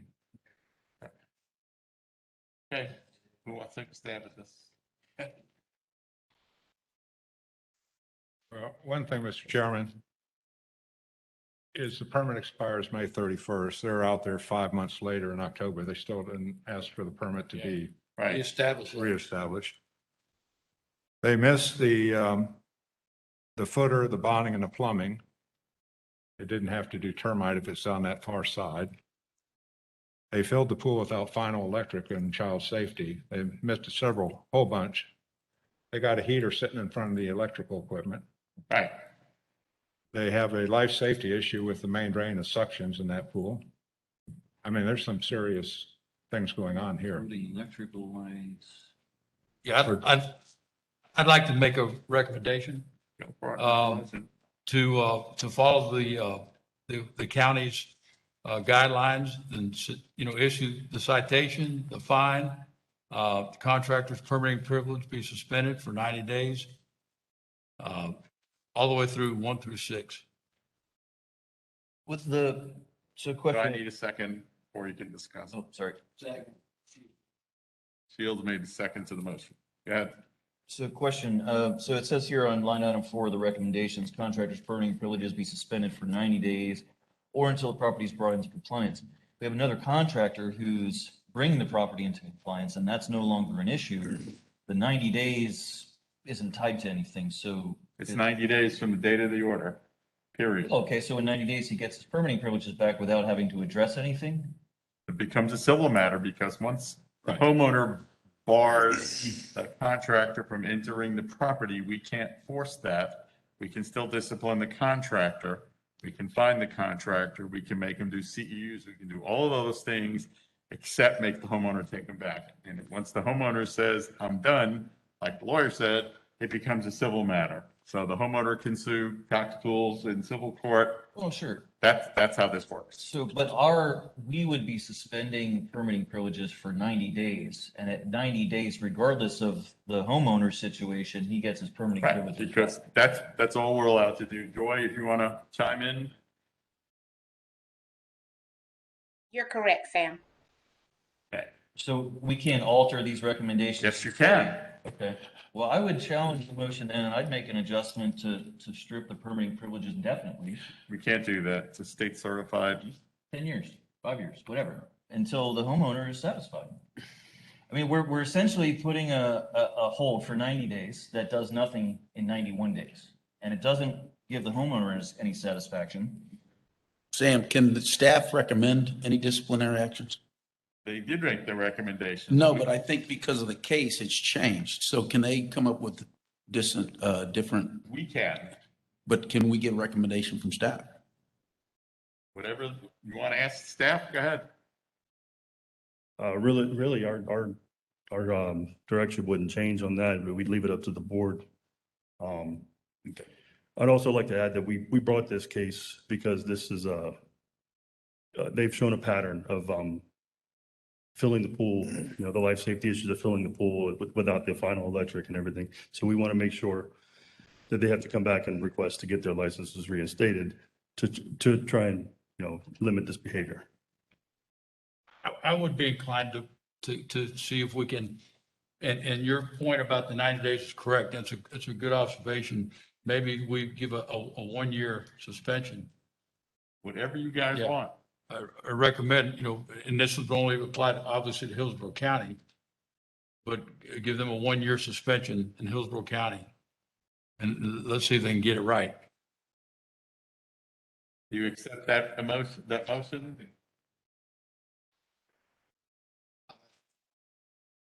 No, we're deliberating. We're done. You were the second, Doug?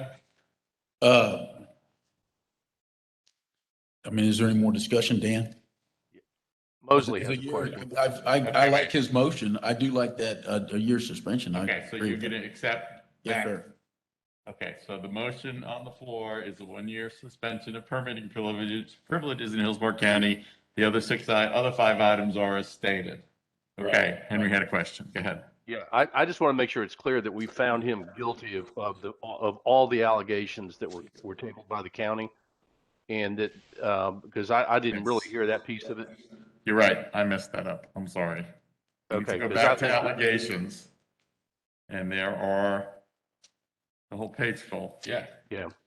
So, we find him guilty of all allegations as stated. That's fine. That's your motion? That's a motion.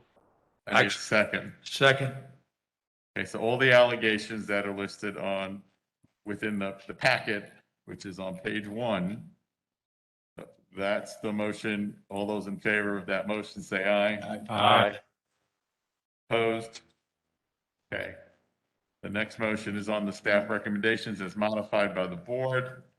We have a motion and a second. Any more discussion? All those in favor of the recommendations as modified, say aye. Aye. Opposed? So moved. Thank you. The order will be issued. Okay. Last case. Good work. Good job. Good job. Okay. My last case is case number HC-CMP-21-0000554. The violator in this case is Christopher Hedges, license number CPC 1457264, doing business as Trusted Pool and Spa LLC. Address of violation is 617 Pinckney Drive, Apollo Beach, Florida 33572. Allegations: Christopher Hedges, doing business as Trusted Pool and Spa LLC, has failed to install pool and pool equipment in accordance with approved construction documents and has failed to install barrier alarms, Florida Building Code 454.2.17.1.9, as in willful and deliberate violation of Section 8-1, Hillsborough County Code of Ordinances, Part A, HCCCO, and Florida Building Code as follows. HCCC 107.4, work shall be installed in accordance with the approved construction documents. Number 2, Florida Building Code 454.2.17.1.9, where a wall of the dwelling serves as part of the barrier, one of the following shall apply. 1, all doors and windows provided direct access from the home to the pool shall be equipped with an exit alarm complying with UL 2017, has a minimum sound pressure rating of 85 decibels at 10 feet.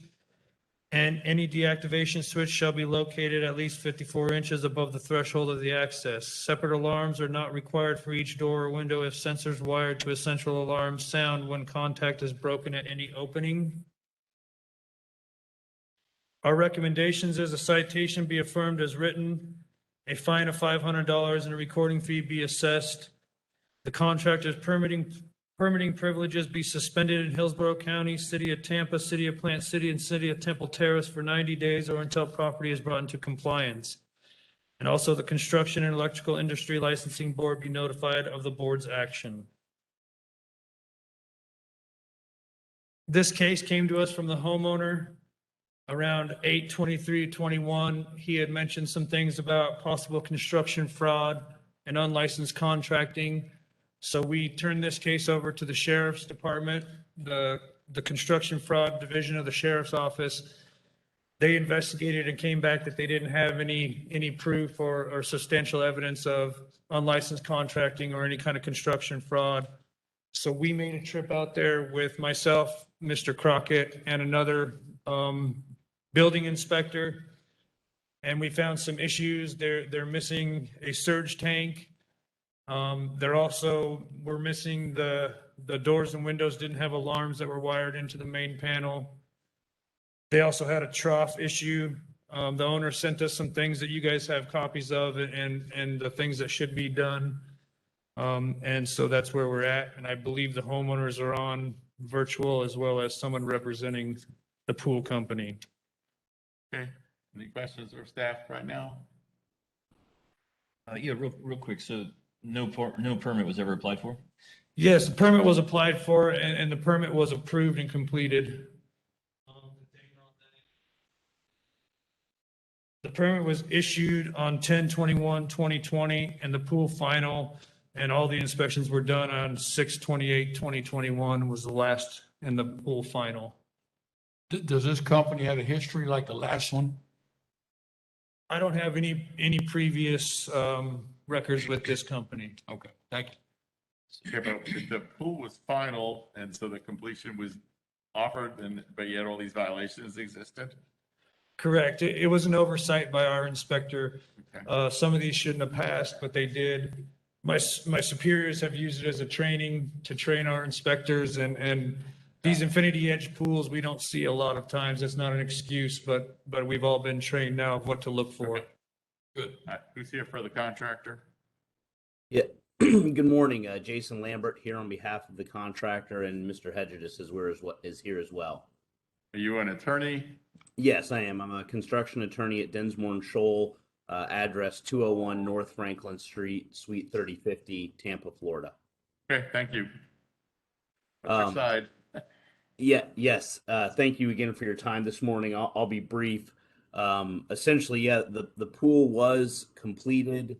There are some issues out there. Our Trusted Pools has been willing and able to go out there and make these fixes. They've been in contact with, with code enforcement about getting these things repaired. The issue here, similar to the last case the board just heard, is that the homeowner actually terminated Trusted Pools off the project, and in fact, they've filed suit as well. So this is actually already working its way through the court system with Trusted Pools and the homeowner.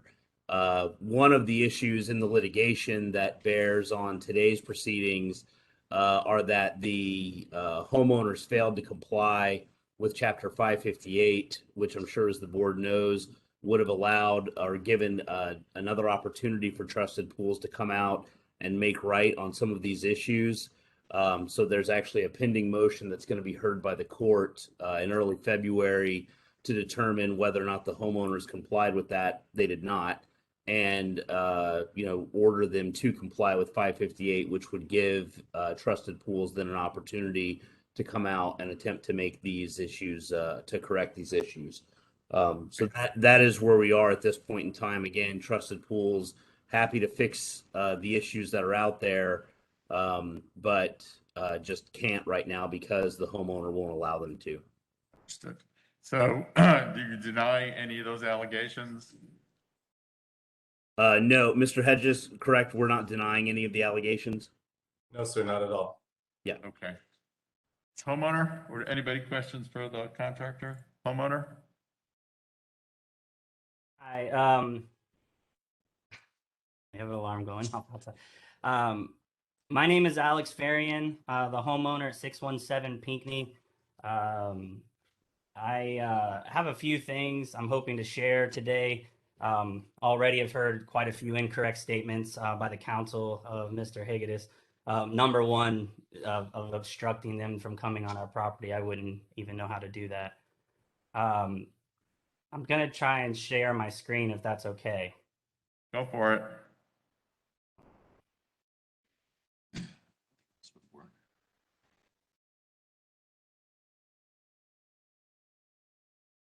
Great. This allows me. 1 second, I apologize.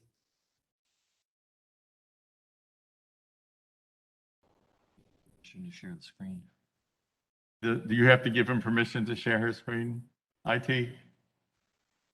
Nope. I mean, if he can share, you can share. I think he actually might have just dropped out though.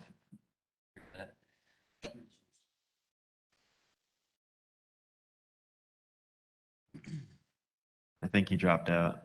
Yeah, he's off the. Yeah.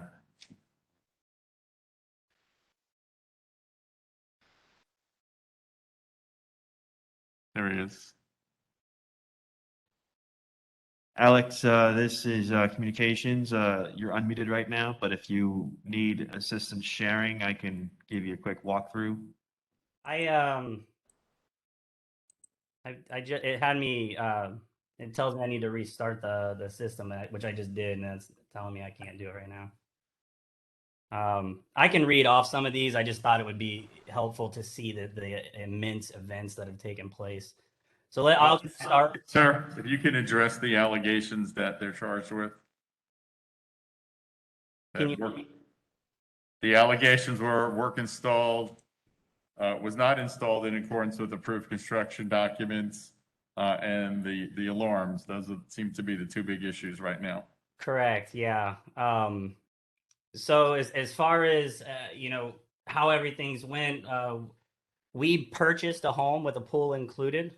This was to be the home included. We didn't hire Trusted. They were contracted. We have quite a few statements, throughout the timeline of showing that they were not involved in the pool construction. They were using unlicensed contractors. The reason why this is significant to the case is that once they became involved, they weren't aware that the pool was not built to a permit. And then they began trying to dictate terms. You know, we'll come out and fix it, but you will not be getting this. We'll come out and do this, but you will not be getting this. Okay, those are civil issues. Please focus on the allegations. Well, the surge tank not being included, they're saying they would come out and fix it, but they've put in writing that they would not do that. Okay, that's what I need to required hear. for permitting. Okay. And the alarms, do they say they'll come fix those? And They have stated that they would come out. It's always on their terms. You know, we'll fix it, but X, not according to permit. they claim that you won't allow them on your property. Will you let them come back and complete the pool per the approved plans? I will allow them to come fix if they will build the pool to permit. That's the question. So if they can comply with the permit, you'll allow them to come back. Correct. We have, you know, some of the basin issues that they documented. The basin in the last few days has begun falling off of the pool. There's material just falling off of the pool. They've already fixed it twice with the same contractors.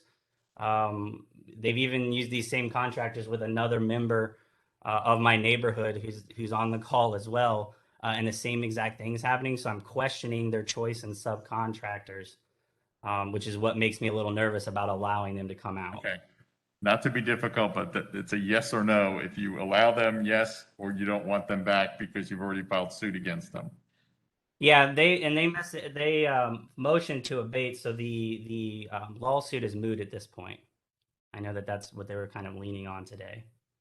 Okay, well, it's not moot, and anyway, I don't want to interrupt, but there's nothing that's mooted the lawsuit. So to understand this, the owner will allow the contractor to come back and make these repairs that the county has alleged are wrong. Correct. The homeowner will allow and I've heard the owner's representative say, I'm sorry, the contractor's representative say that they are willing and able to come back as well. Correct. Yeah, that just contradicts what they put in writing to us. Okay, well, he's on the record, everybody's under oath, and this is binding, so. One of the things I wanted to add, because of a little bit of the confusion, the contractor wanted to do a plan revision to skip the surge tank and still make the pool function. And that's when the homeowner decided that wasn't acceptable to him. So I don't know if we want to state that anywhere in there, because if he says, yes, you can come back out, but if you're not going to put the surge tank in, you're going to just try to do a plan revision, then no, you can't come back out.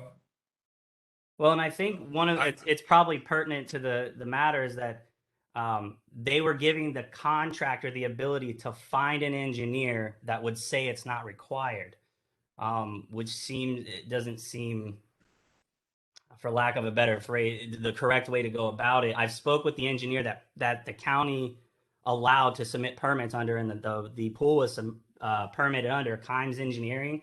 I spoke with him. He's providing formal documentation, but he's even stated this pool is not operable without the surge tank, amongst the many other things that are currently wrong with the pool, like it leaking. Yeah. Chuck? Well, I communicated with Kent Kimes from Kimes Engineering, and I asked him if the system could operate. And let me find that, okay? He said, yes, if I am shown the system can operate in a reasonable fashion, I could modify the specifications. He indicated he would need to go out there and do calculations of cubic feet per minute and all that. But that's the engineer who drew those plans up. And he said if he could, if it was shown by all the calculations that it would work without that he could do a revised engineer drawing showing that it worked. And that's why I wanted to state that, because we can't deny the contractor to do a plan revision. That can be allowed at any time. Just wanted it on record. Right. I mean, if you can get sign and seal revisions to the plan, you're pretty much bound to accept that. Yeah, and Kent did 3 or 4 paragraphs of all the stuff that he would be looking at. So we would be willing to reopen the permit as well and allow for those revisions and inspections to happen. Okay. So with this, though, I mean, this modification to remove the surge tank, I mean, it seemed the homeowner's alleging in the document here that this is a tactic for monetary relief for the contractor. So I think we should have some sort of language that the homeowner wants the surge tank that goes in because that was in. We the can't construction dictate that. No. Can't mention that he started all this with Dictated the if it's home in the builder, permit. not with the pool builder. Say, And he Joy, said, yeah, and he also said, hang on a second. Joy, did you say something? I want to clarify that statement that you said you can't dictate that, but it was in the permit that for this property, that can't dictate that it's supposed to be there. Because this is an engineered project that's signed and sealed by a professional engineer, Ken Kimes, and he's the only one that could modify the design. He'd have to resubmit sign and seal documents to staff. They would review it, they'd approve it or deny it. If it gets denied, you have a claim against the engineer if he, was fraudulent in saying that the design would work without it. So that's our issue and the county's issue. They can't override what the engineer says. That's in the statute 471. We're not allowed to be overridden by lay people, which would be the county in essence. It would have to be another engineer and you could negotiate it that way. But at this point, we can't mandate that you put in the surge tank or anything because that's not our job here. We're working with to control the project and discipline the contractor if needed. Heck, anything else? Did the homeowner pay for the surge tank? Well, that's a civil matter. If Yeah. you're getting less of a project, then you have grounds for, as when we were downtown, I'd say across the street at the courthouse, you have grounds civilly to deal with that, but that's out beyond our purview and control. Gotcha. Gotcha. So, but I did ask Kent, I'll tell you what I'll put in here what I asked him. The building department is charging the builder with not building this pool by the submitted engineer drawing. So my question is, can the builder get a modified as-built engineer drawing after due diligence on your part as the engineer, i.e. calculations, on-site visit, et cetera, to show this pool works safely without the surge tank, ? Obviously, the builder must show to you that all your calculations will allow for that. He responded, Chuck, yes, if I am shown the system can operate in a reasonable fashion, I could modify the specifications. okay, but again, that's between the homeowner, the contractor, and the county. And if the county accepts the modification, then it becomes a civil matter. If the homeowner wants to pursue it with the contractor, it's beyond our control. Yeah, so I'll just kind of summarize, I deal a lot with change orders and stuff in various construction activities. So in this case, just for the homeowners notice, like they're saying, right, the engineer can revise the drawings at the request of the contractor or the request of the homeowner. But the engineering has to work out. And so just double check that if that surge tank or any components go in to the project or come out of the project, make sure it's on you to make sure you're getting refunded or, the money is appropriately coming back to you. Okay. Motion if you. Well, the builder also has to address the opening at the top of the trough. Right. It's way too big. It's specified to be 1 inch with a plate underneath there holding stuff up. So that needs to be addressed. So it's all of the work. Yeah. So ready on allegations unless anybody has anything else.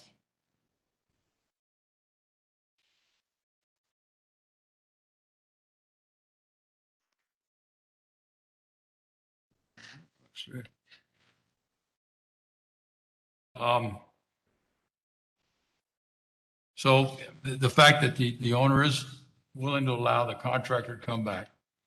And then I think the contractor, it was very helpful for him to sit through the first pool contract we went through. I think it's imperative on him, and I think he understands that. Let's get this right. Let's make these homeowners happy. And if we can get the engineer to sign off on some of these revisions, and you get the owner happy, then I say give them, how much time does the contractor need to get this, to make these corrections?